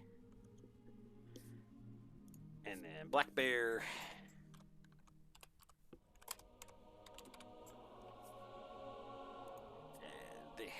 how many? 10. Okay, so we had 20 at that point. Now we had 15. Okay. Cool, cool. All right, next combat, or next fight. Let's see what's going on here. Random number. Everyone loves a random number. Whoop-ha. Okay, that's a 5. That's a little better. 5. Enemy loses 5. We lose 4. Okay. If we could start doing some damage, that'd be great. So, enemies down to 5. And we're down to 16. Cool, cool. Oh, no, I'm sorry. We are down to... We're down to 11. Dink. There we go. All right. We've got him on the ropes, guys. All right, one more go. Let's get him. Let's get this bear. Let's get this bear. Hata. Ooh, it's an 8. That's way better. Oh, we destroy this bear. Oh, this bear takes 8 damage, and we only take 1 damage. Shaboozy. Nice. All right, that bear is at -3 hit points. That bear is destroyed. Awesome. Guys, I don't know if you guys know this at all, and this might just be because I'm not the world's greatest storyteller or anything, but we just won our first combat. Yeah! So, yeah. Good deal. All right. If we win, we turn to page 195. After 3 rounds of combat, you position yourself so that you can run down the hill. If you wish to evade at the time, turn 1 to 6. Okay. So if we hadn't completed the combat after this round, we would have been able to run away. With only a modest degree of disembowelment. Exactly, Garen. We call, in RPGs, we call that experience. 195. How much money do you think this bear has? Oh my god. You guys, we might have some money coming in.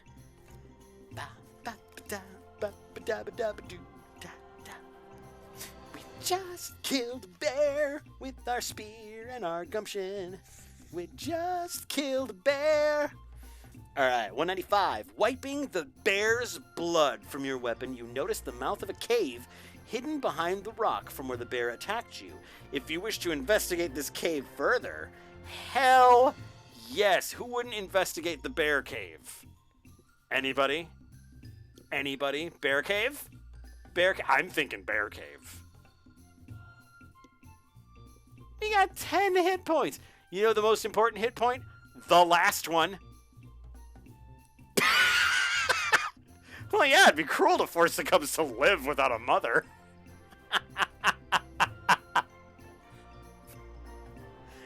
Let's put the mercy in mercy killing. Lone wolf. Fun times with friends. All right, let's loot. 59. Oh, man, we're not getting anywhere near this king, are we? 50. Inside the cave is a bigger bear. Probably. 59. Peering into the darkness, you notice that a rough staircase has been cut into the earth. The mouth of this cave is actually the entrance to a tunnel. Carefully descending the slippery stairway, you notice a small silver box that is set upon a shelf near the bottom of the staircase. If you want to open the silver box, turn to 124. If you wish to return to the surface and press on, turn to 106. If you wish to investigate the tunnel further, turn to 211. I mean, silver box. Silver box, right? Like, we wanna check out that silver box. It's silver! Do you know how many crowns that thing could be worth? We could be swimming in crowns! Lads! We could be swimming in crowns, lads!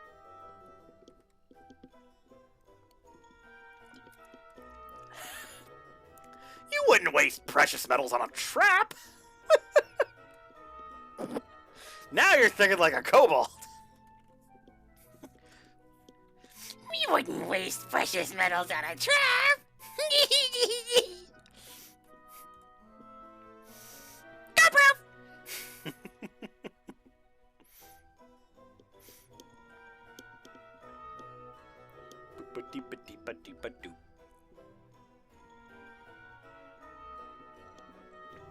Leaving it up to you guys.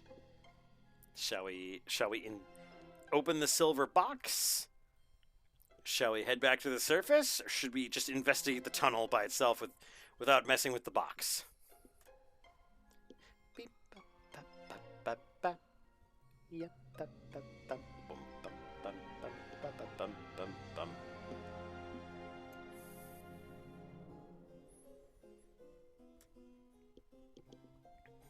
No one in all mythology ever regretted opening a box. Open it! You got it. All right, let's open this box. Nothing ever bad has happened from opening a box. 124. But we just fought a bear. What else could happen? That's 124, correct? All right, 124. The box is open, and when you raise the lid, you discover it contains 15 gold crowns and a silver key. If you wish to keep the money, record it in your belt pouch. If you decide to keep the key, remember to mark it down in your action chart as a special item, which you keep in your pocket. You can continue to investigate the tunnel by turning to 211, or you can descend the hill by turning it to 106. Guys, we just got 15 frickin' gold. Oh my god! That bear was holding out on us.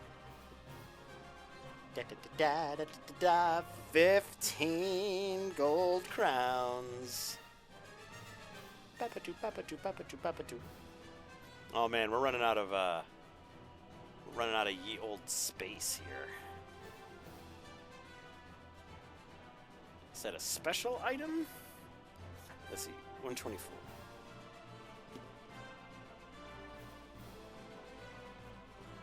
It says keep it. Remember to mark it down on your action chart as a special item, which you keep in your pocket. I have a special items list here. We'll put it there. We'll put it there. Silver key. Pocket.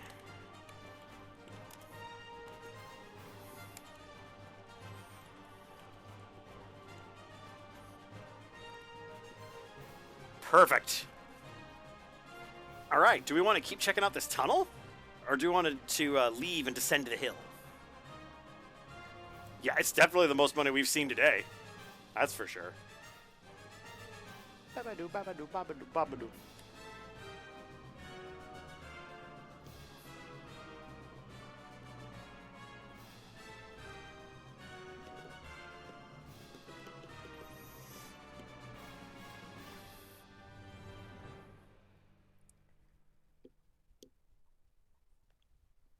We can continue checking out the tunnel, or we can leave and descend to the hill.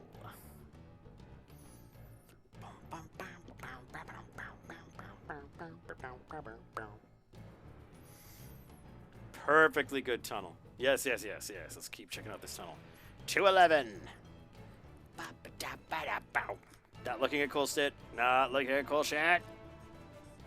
211. Some type of druid here.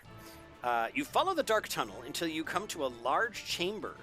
The walls are dripping with damp and the stale air smells sickly sweet.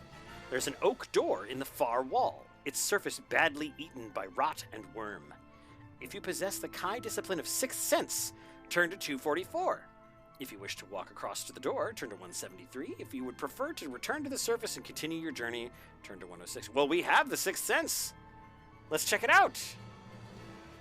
244, eh? Shall we use our Sixth Sense?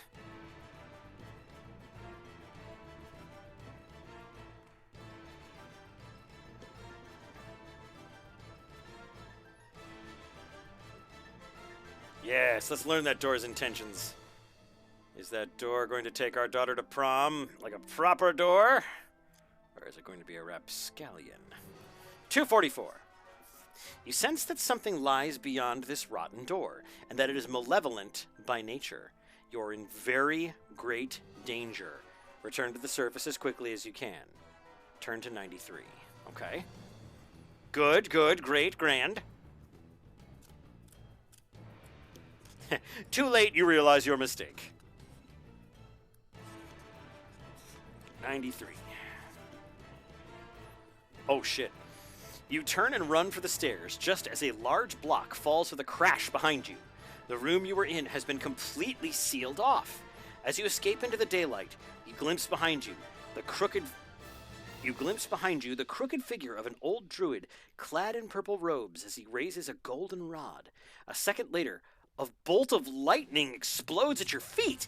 You do not stop but run headlong down the hill, cursing the delay but thankful for your sixth sense. Holy shit! We almost got druided! Fuck druids, man. Fucking hippies. God damn it! We almost got lightninged by a druid! You know what's been paying off? That fucking sixth sense is what's been paying off. Holy shit. Go to 106. Alright, 106. 106 it better be. You find an amazing healing potion. 106. You make your way hurriedly through the trees until you come to the edge of a fast-flowing stream. The icy clear water cascades over the mossy rocks and disappears away into the forest toward the east. If you wish to follow the stream to the east, turn to 263. If you would rather explore upstream, turn to 334. We killed his bear and stole his money, so maybe he's disappointed in us. Well, he can use his words. You know? Shooting lightning at anybody, it's not cool, okay? This is why we need regulations on lightning. Fucking just shooting lightning at anybody who passes by. What a dick. Maybe if he'd put a nice collar on his bear that said, "This bear is my wife," or whatever. You know, I don't judge, but Christ, man, just frickin' label your bears. Walking out there with unlabeled bears. How am I supposed to know what your bear's supposed to be? All I know is it's a bear. It could just be a regular bear. You could even label it regular bear. Then we know. We need reasonable lightning laws and moderate restrictions on the right of bear arms. Right and left. They have two arms.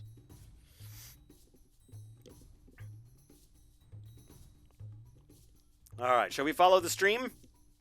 Nothing bad ever happens upstream.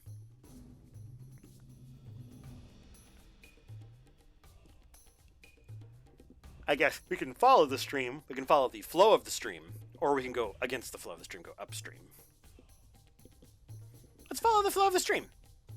There's usually civilization near the stream. Guys, there's a Rudy Toot. Hi, buddy. Whoop. And the camera fell. Good job, camera. There's a Rudy Toot. Hi, Bubby. Give me one moment while I fix everything that just broke. Hi, Bubba. Hey. Are you out exploring? Hi. Look at this handsome orange. Hi, Bubby. Hi, Rudy Toot. Rudy Toot. Hi. Oh, my handsome little man. Yeah, wow. Yeah. He's a good boy. This is Rudy. Rudy is 19. And he's a good boy. Isn't that right, buddy? You're a handsome devil, aren't you? You're a handsome boy. Yeah, you out exploring? Yeah. My camera went kapoof.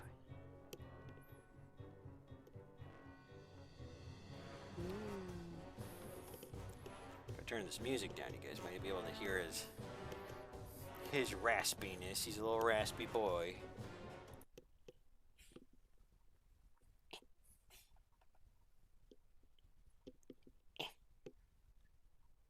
Hey, buddy.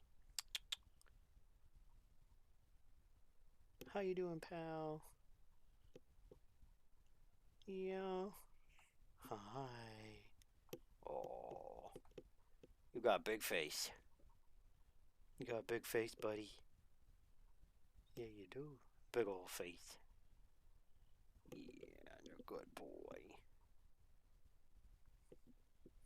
This guy doesn't give two sniffs about what cameras are. He don't care. Yeah, you don't care. You don't care, do you, Mr. Do? Yep, Rudy's staying with us. He's just our little guy. This is Mrs. Zibb's mom's cat. Wow. He likes to say wow. Don't ya? Yeah. You been a sleepy boy? Yeah. Sorry, cat break. I was hoping that I could just move my my little camera arm here, but the whole kit and caboodle went.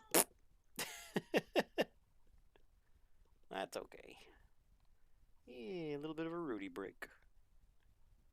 Yeah, but he's staying with us, and he's been a good boy, and he's been taking to everything, and he wasn't scared at all. He just really likes being here, and it's incredible. He has never lived anywhere else but Mrs. Zibb's parents' house, so it's really nice that it's been easy for him. So just cool for him, you know. Let's get this reset here. Okay, all right. Yeah, that's Rudy. Rudy Toots. You're a good boy.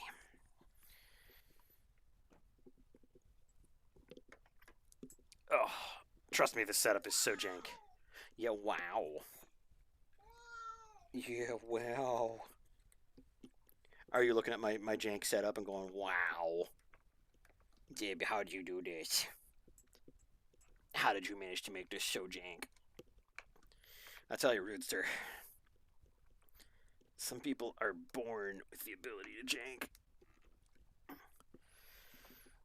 That's me. Alright. That should do it.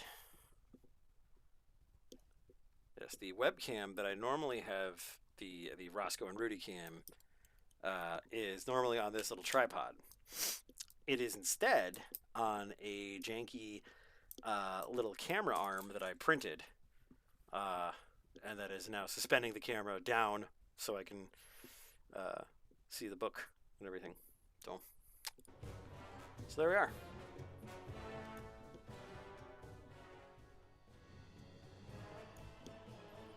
Okay, let's see. I think what I'm going to do is I'm going to take a brief break here. We've been running for about 2 hours. I'm going to take a brief break, and then we are going to jump right back into this and see how far we can get with this initial character, Tablespoon's Parsley. I refuse to call him anything else. Actually, before I forget, I'm going to write that down because I want the world to know that Tablespoon's Parsley is this character's name. Let's find... There you are.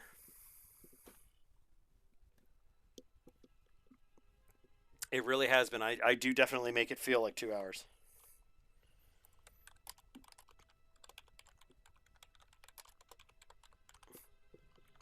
Book 1. Tablespoon's Parsley. All right. Excellent. So, hang in there, everybody. I am going to grab a drinky poo, and I am going to take a brief moom and see if the Roodster needs anything or if the Roscoe needs anything, and I will be back. Topic for discussion: how can we be an even better Kai? Discuss.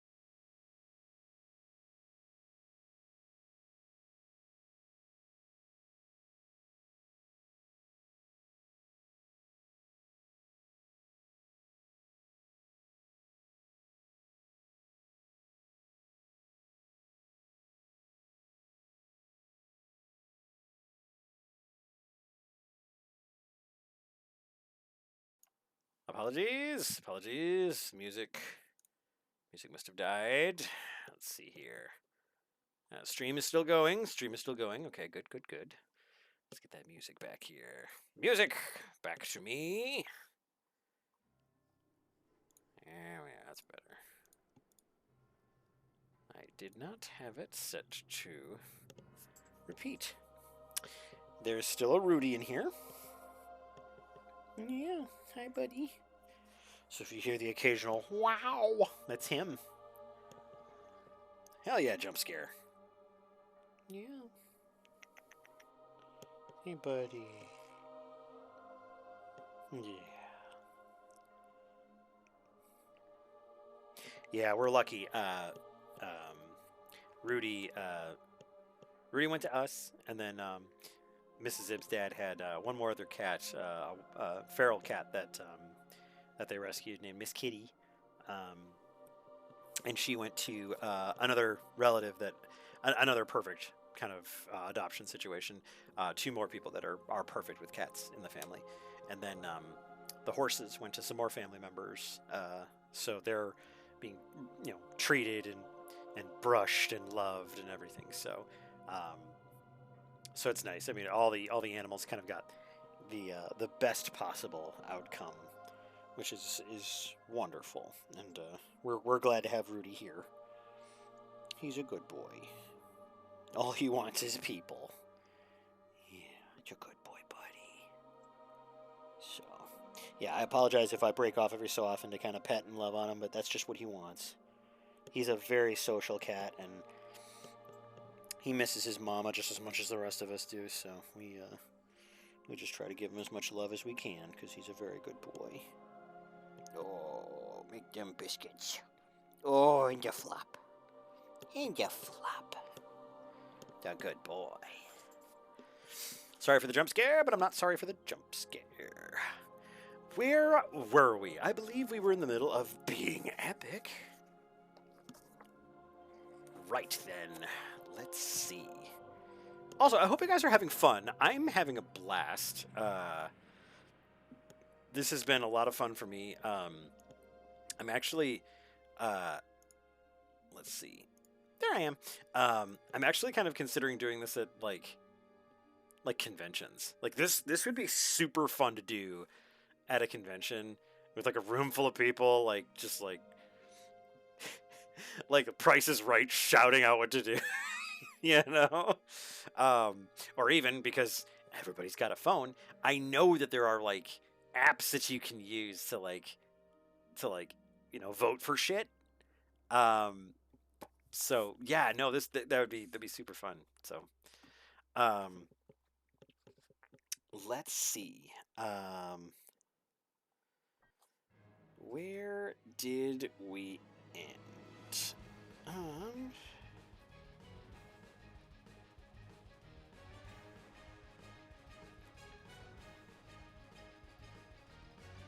Now I can't remember where we were. Shoot, I should have written that down, honestly. Oh, that's what it was. 106, that's where we were. Boop-a-doop-a-doo. You make your way hurriedly through the trees until you come to the edge of a fast-flowing stream. The icy clear water cascades over the mossy rocks and disappears away into the forest towards the east. If you wish to follow the stream to the east, turn to 263. If you would rather explore upstream, turn to 334.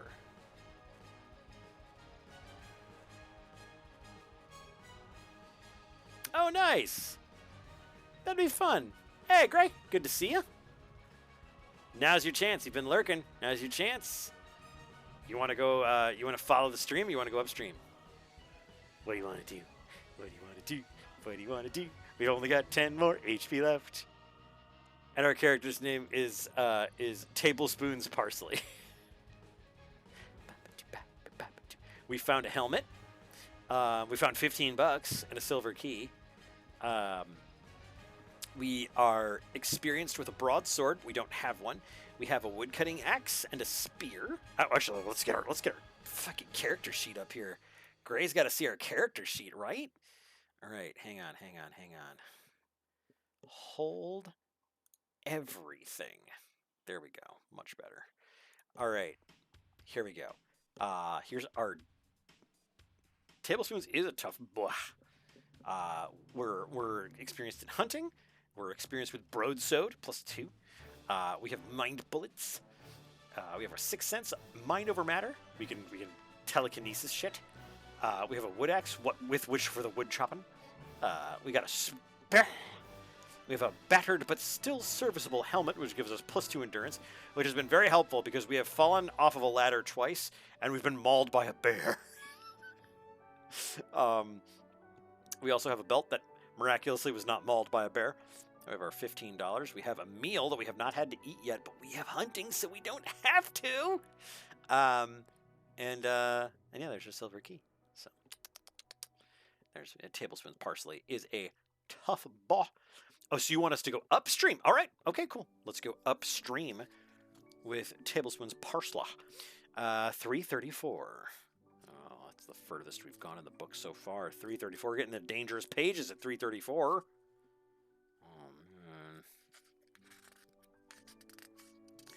A silver key, which probably goes to the silver box we found it in, just wasn't. No, I mean, if you're going by Elder Scrolls logic, there should have been a lockpick and like a 1 gold coin in there. 334. You follow the stream until it disappears into a narrow crevice in the rocky hillside. On a track, perched a few yards above the underground source of the forest stream, you see 4 soldiers and an officer.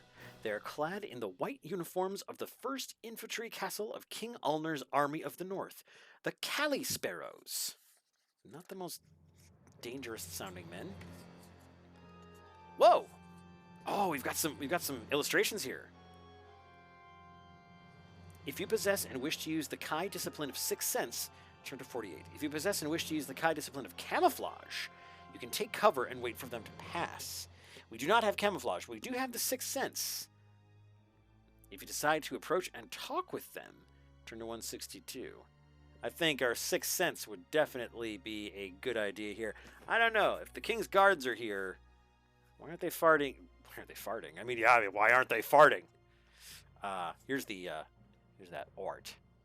It's not a great camera view, but they're at the cliff above us. Let's use that Sixth Sense of ours. Keep our head about us. Hey, what say you? Or should we just walk up and talk to him? I mean, we're a Kai initiate. They should see us and be just like, "Oh, hey there, a Kai initiate. That's a special lad there, lad or lass." What say ye, chat? What say ye, my friends? How shall we fare this day? Depends on you. Depends on your choices. If we walk up and talk, Tablespoons will stumble over his words and say, "Why aren't you farting?"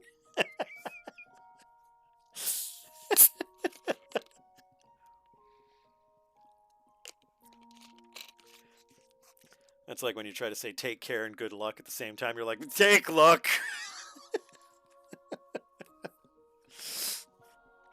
Sixth Sense it is.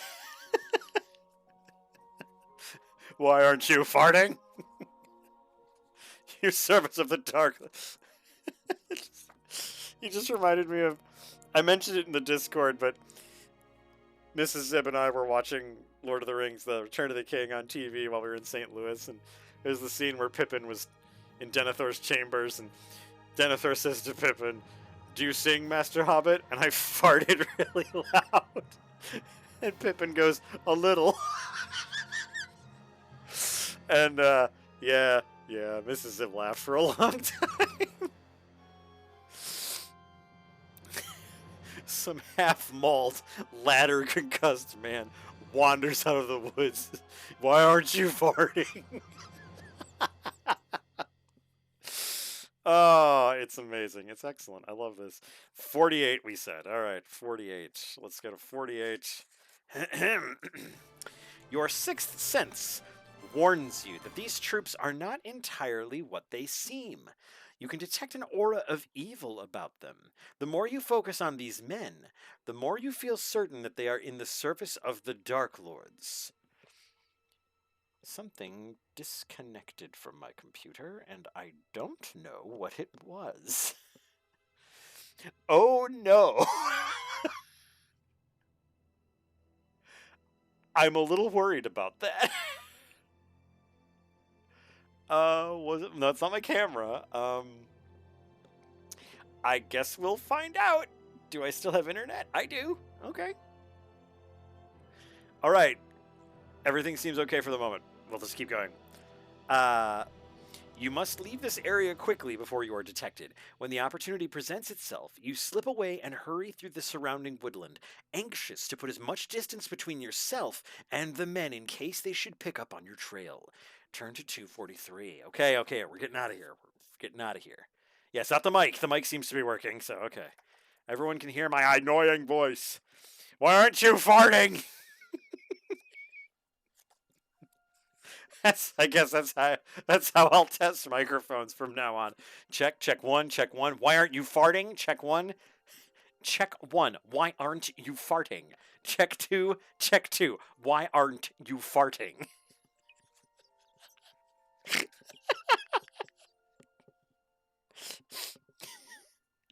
Why are you not farting?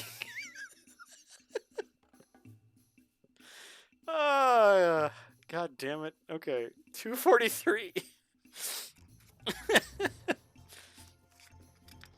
Oh, 243. There we are. Hurrying through the forest, you stumble. Of course, we fucking stumble. You stumble and fall down a steep slope, which drops you in a heap on a hidden path below. On the path is a dead body. It's fucking yours! It is a Gyak, a spiteful and ghoulish servant of the Dark Lords. You recall what you were taught about these beings by Master Stormhawk, who has a way cooler name than you, your old Kai tutor who was sadly killed during a mission in the Derncrags. Many centuries ago, their ancestors were used by the Dark Lords to build for them the infernal city of Helgadad, which lies in the volcanic wastelands far beyond the Derncrag range of mountains. The construction of the city was a long and torturous nightmare, and only the strongest of the Gyaks survived the furnace-like heat and poisonous atmospheres of Helgadad. This creature that lies before you is a descendant of these Gyak slaves. It has been killed by a sword blow to the head, and by its side lies a mace. You may take this weapon if you wish. Anything but a fucking broadsword. Well, we could drop one of our other weapons. Do we want to get rid of the axe or the spear, or do we just want to not worry about the mace?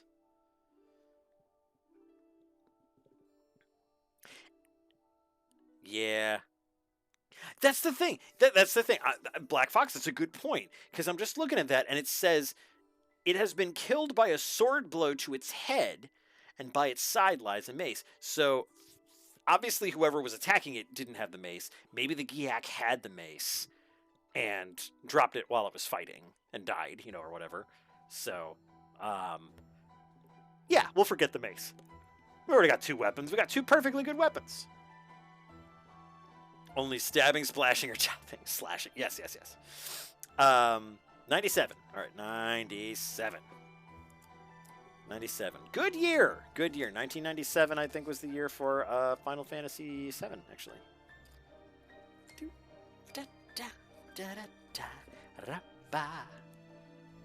Damn you, spell check.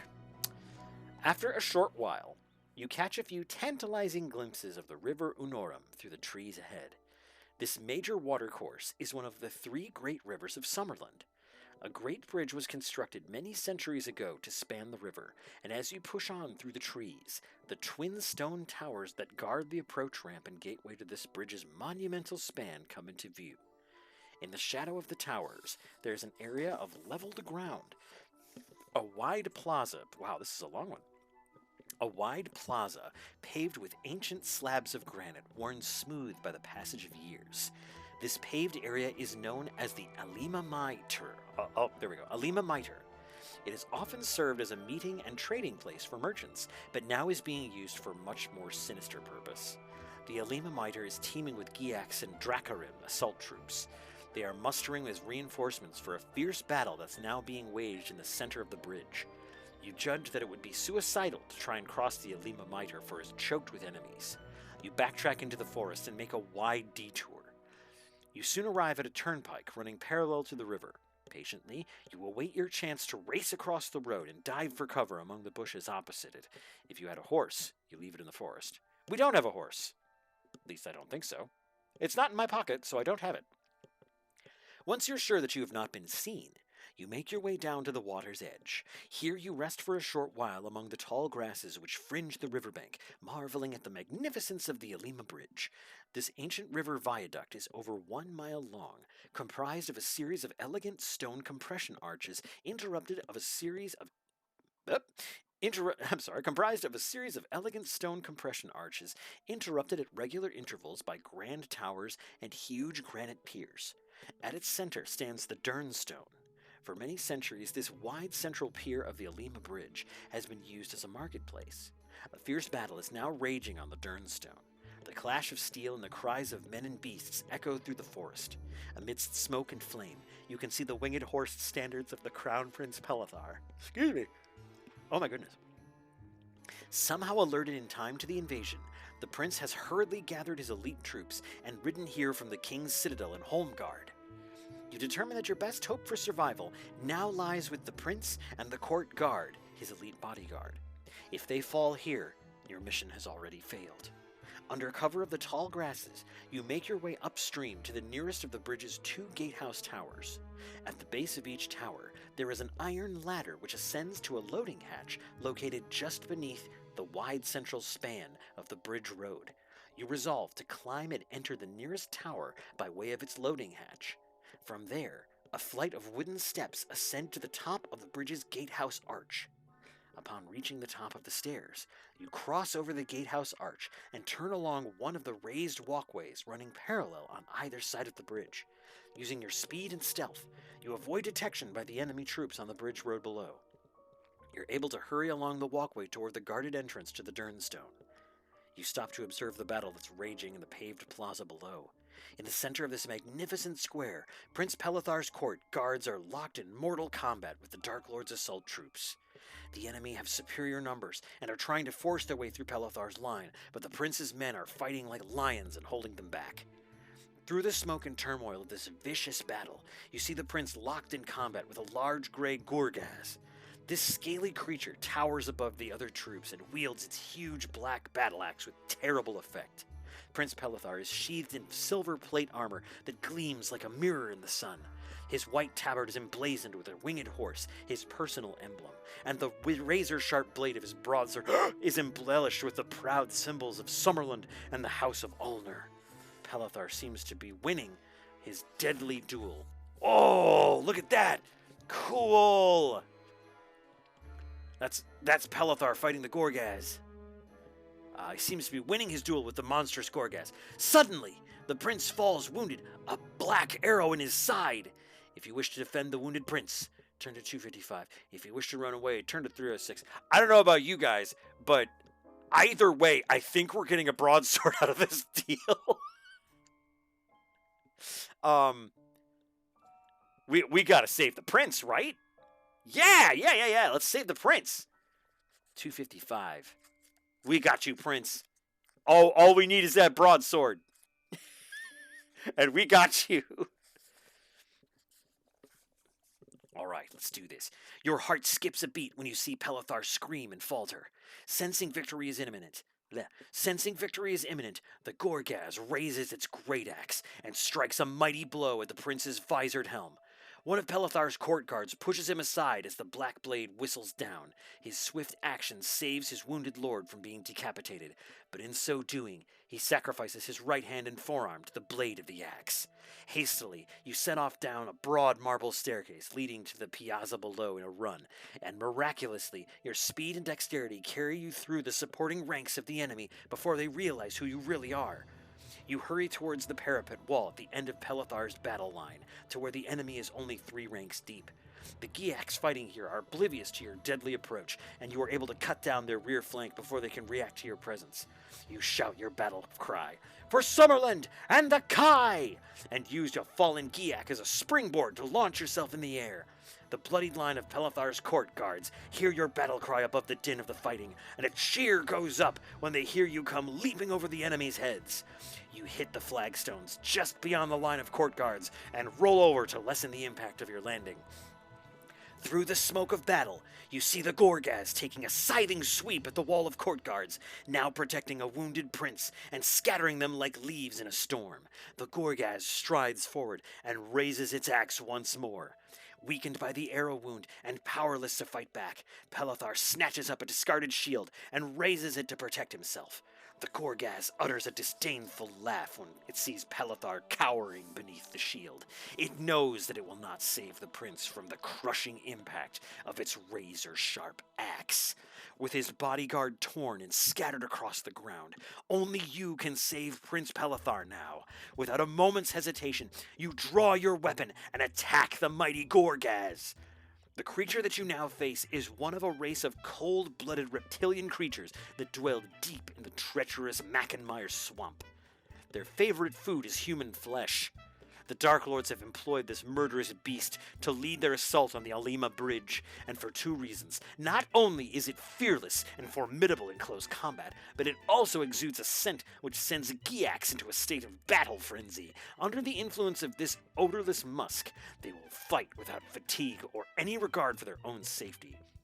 Solnaris, the prince's broadsword, lies at your feet. You may pick up and use this weapon if you wish.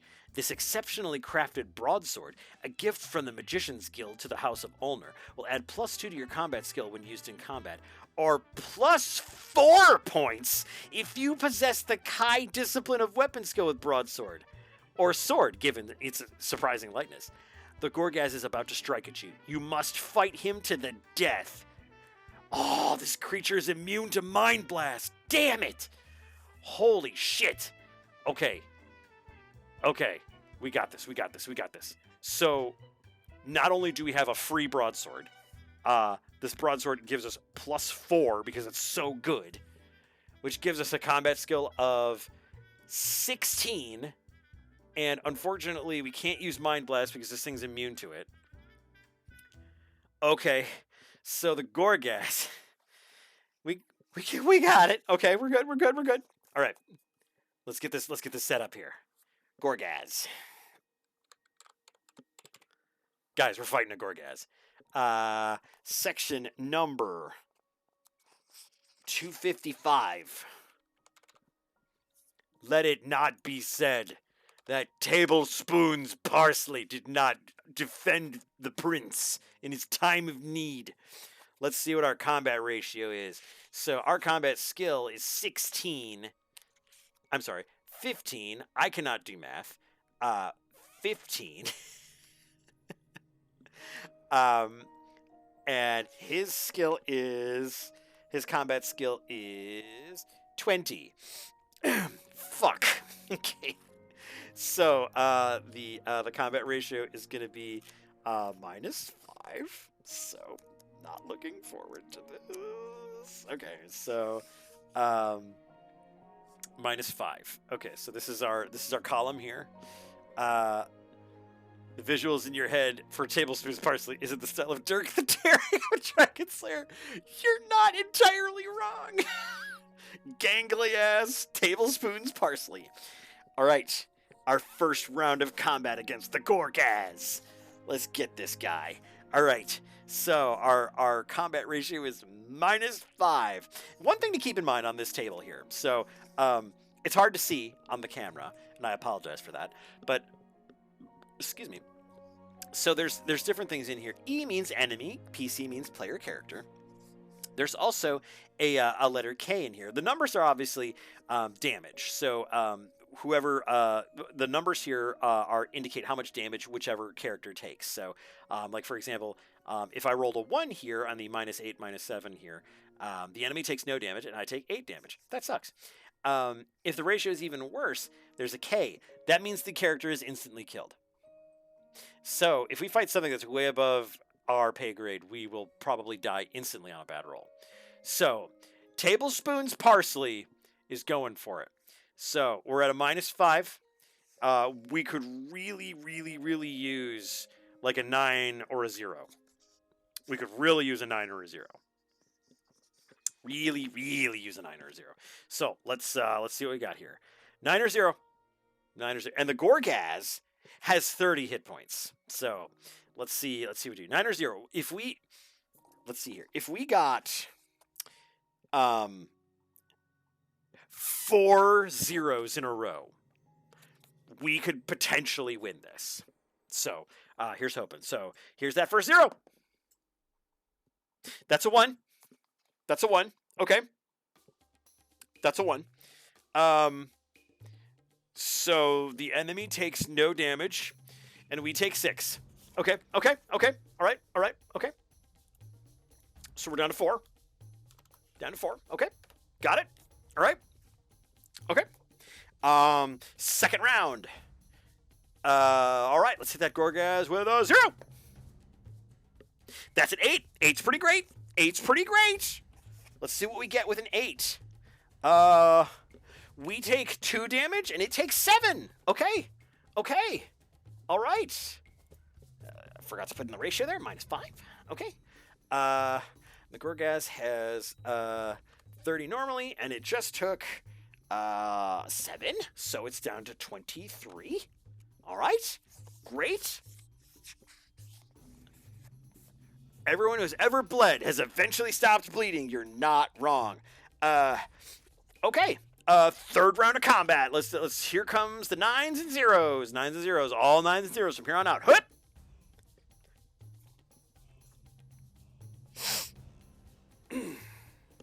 It's a 1. Okay. Let's see. It takes 0 damage, and we take 6. I believe that takes us down to -2 out of 26.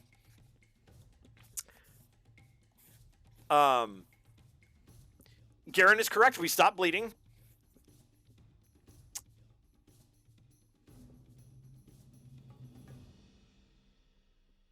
Guys, let me hang on.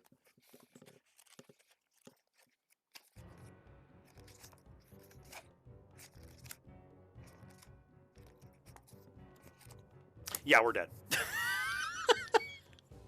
Oh, we fell in combat protecting the prince. Oh.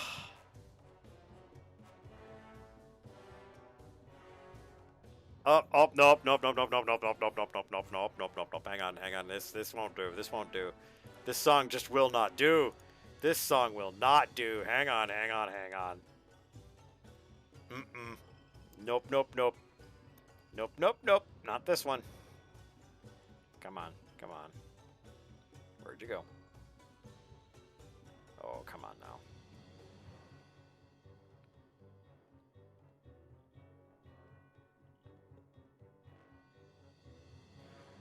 Oh, for Pete's sake. Oh, well. Oh, wow. Goodness gracious me.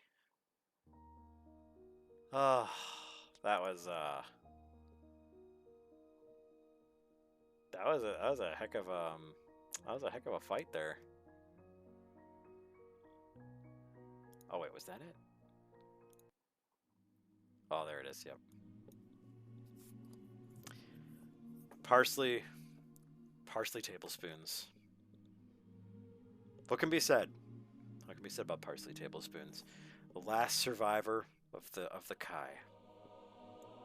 A great warrior and a greater friend. Terrible ladder climber and bad at fighting Gorgazes.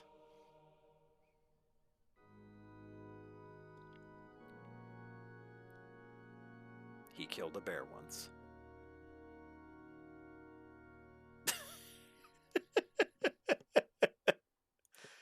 Oh, tablespoons parsley. We hardly knew ye. Well, that is our first foray into the world of Lone Wolf. What do you guys think? What do you guys think? He did, and he pissed off a druid. He killed a bear. Broke a ladder a couple of times before eventually giving up. Got a free helmet. Got a free helmet. Got a free helmet and a free spear.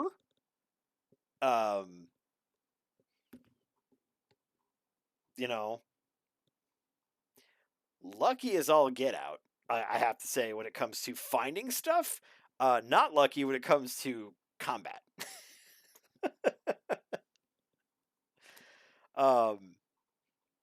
Yeah, that's super fun. I'm wondering if there's a way to tie this in with like an app, like a mobile app or something that people can like just vote on their phones. That way they don't have to type anything, or they can just like beep, they just hit something.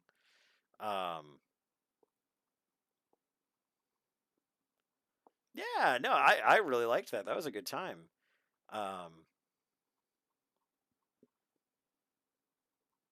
Yeah, like kind of like Jackbox or something. Like it would just be nice, that folks you can you can participate, but you don't have to like type everything in, and then I don't have to like type in a poll for every. You don't have to vote, you know. Like with like I don't have to type in a poll, and then you don't have to like type in stuff like you just do stuff. I know there has to. I mean, I've I've been in enough jobs in the last, oh god, 10, 15 years that have had shit like that, so I'm sure I can find something. Um, but yeah, I honestly I would really like to do more of this. Um, it's a lot of fun, and I think it's just kind of the RPG aspect of it is something that I wasn't expecting it to be as fun as it is. I really, really like it, and I love the idea that you can build a character in a completely weird, different way, and still have some use for it. So, um, yeah, no, and typing it can be fine too. My hope is just to make it as convenient as possible for everybody to play. So like nobody misses anything or nobody gets like left behind or anything like that. So that's my only concern. Um, yeah, I could see this being a good like end of the month thing or just like once a week or something like that being like a consistent thing there. I would like to do more of this because I quite enjoy um I quite enjoy this system. I feel like that combat is initially I was very concerned, like, oh wow, this looks like it's going to be a lot more confusing than it ended up being. It's just like here's your combat, here's their combat. Wow, they are going to be a lot harder to beat, because you're not as good at combat as they are, or you're really good at combat. They can barely hurt you. Um, but yeah, I've got all of the first series of books, the Kai books. Um, They go Flight from the Dark, which is this one, then Fire on the Water, The Caverns of Calthe, The Chasm of Doom, and Shadow on the Sand. And they all sound like they're super fun. Um, yeah, so uh, that is super, super, super, super, super, super fun. I really, really liked that. And it's also just super special for me because I'm really grateful that Grandma Zibb got that for me. So thank you, Grandma Zibb. Yay. um, let's see here.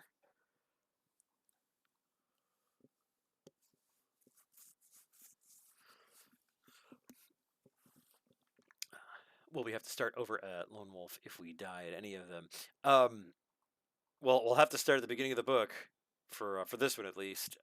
My feeling is if if we die in the book, we have to start at the beginning of that book. We wouldn't have to start at the beginning of like the series. So, um, but um, but yeah, it's a start over situation. No saves, no saves, no takebacks. Can't do any takebacks on these. Um, I am wondering if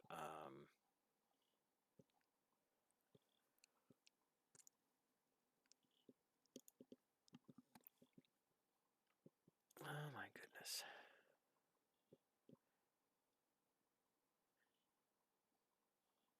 It's so crazy. It's like I use my computer all the time, but it's just funny now that I'm trying to stream on it that I'm trying to remember where all my shit is. So I apologize. I'm trying to find everything here. Um,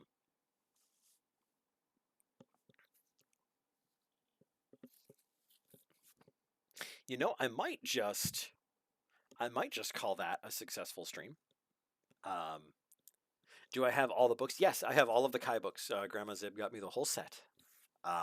So I have I have all the Kai books that I rattled off there. The let's see. Yeah, this one, Flight from the Dark, then Fire on the Water, The Caverns of Kalti, The Chasm of Doom, and Shadow on the Sand. They're all this size. They're all this volume size. So yeah, I mean, once we finish this book, once we complete this quest, we can take this character, or whatever character. Clearly, it's not going to be Tablespoon's Parsley, um, but uh, but we can take the character that succeeds at Flight from the Dark and go on to the next book. So, but yeah, I had a great time with this. I'm really looking forward to doing it again.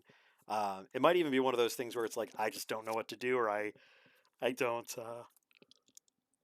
don't have a game lined up or anything like that. But this just might be a nice way to kind of round out a stream or what have you. Um, Tablespoon's Parsley will live on forever in various recipes. Yes, yes, coming to a kitchen near you. Um, coming to Hell's Kitchen is Tablespoon's Parsley. Um, but yeah, I'll definitely advertise the hell out of this because I really want to have people here to play because it's super fun with all y'all here and getting your input and just throwing the story around. So um, thank you guys so much for being here. I will work on getting this going here and getting this back up and running.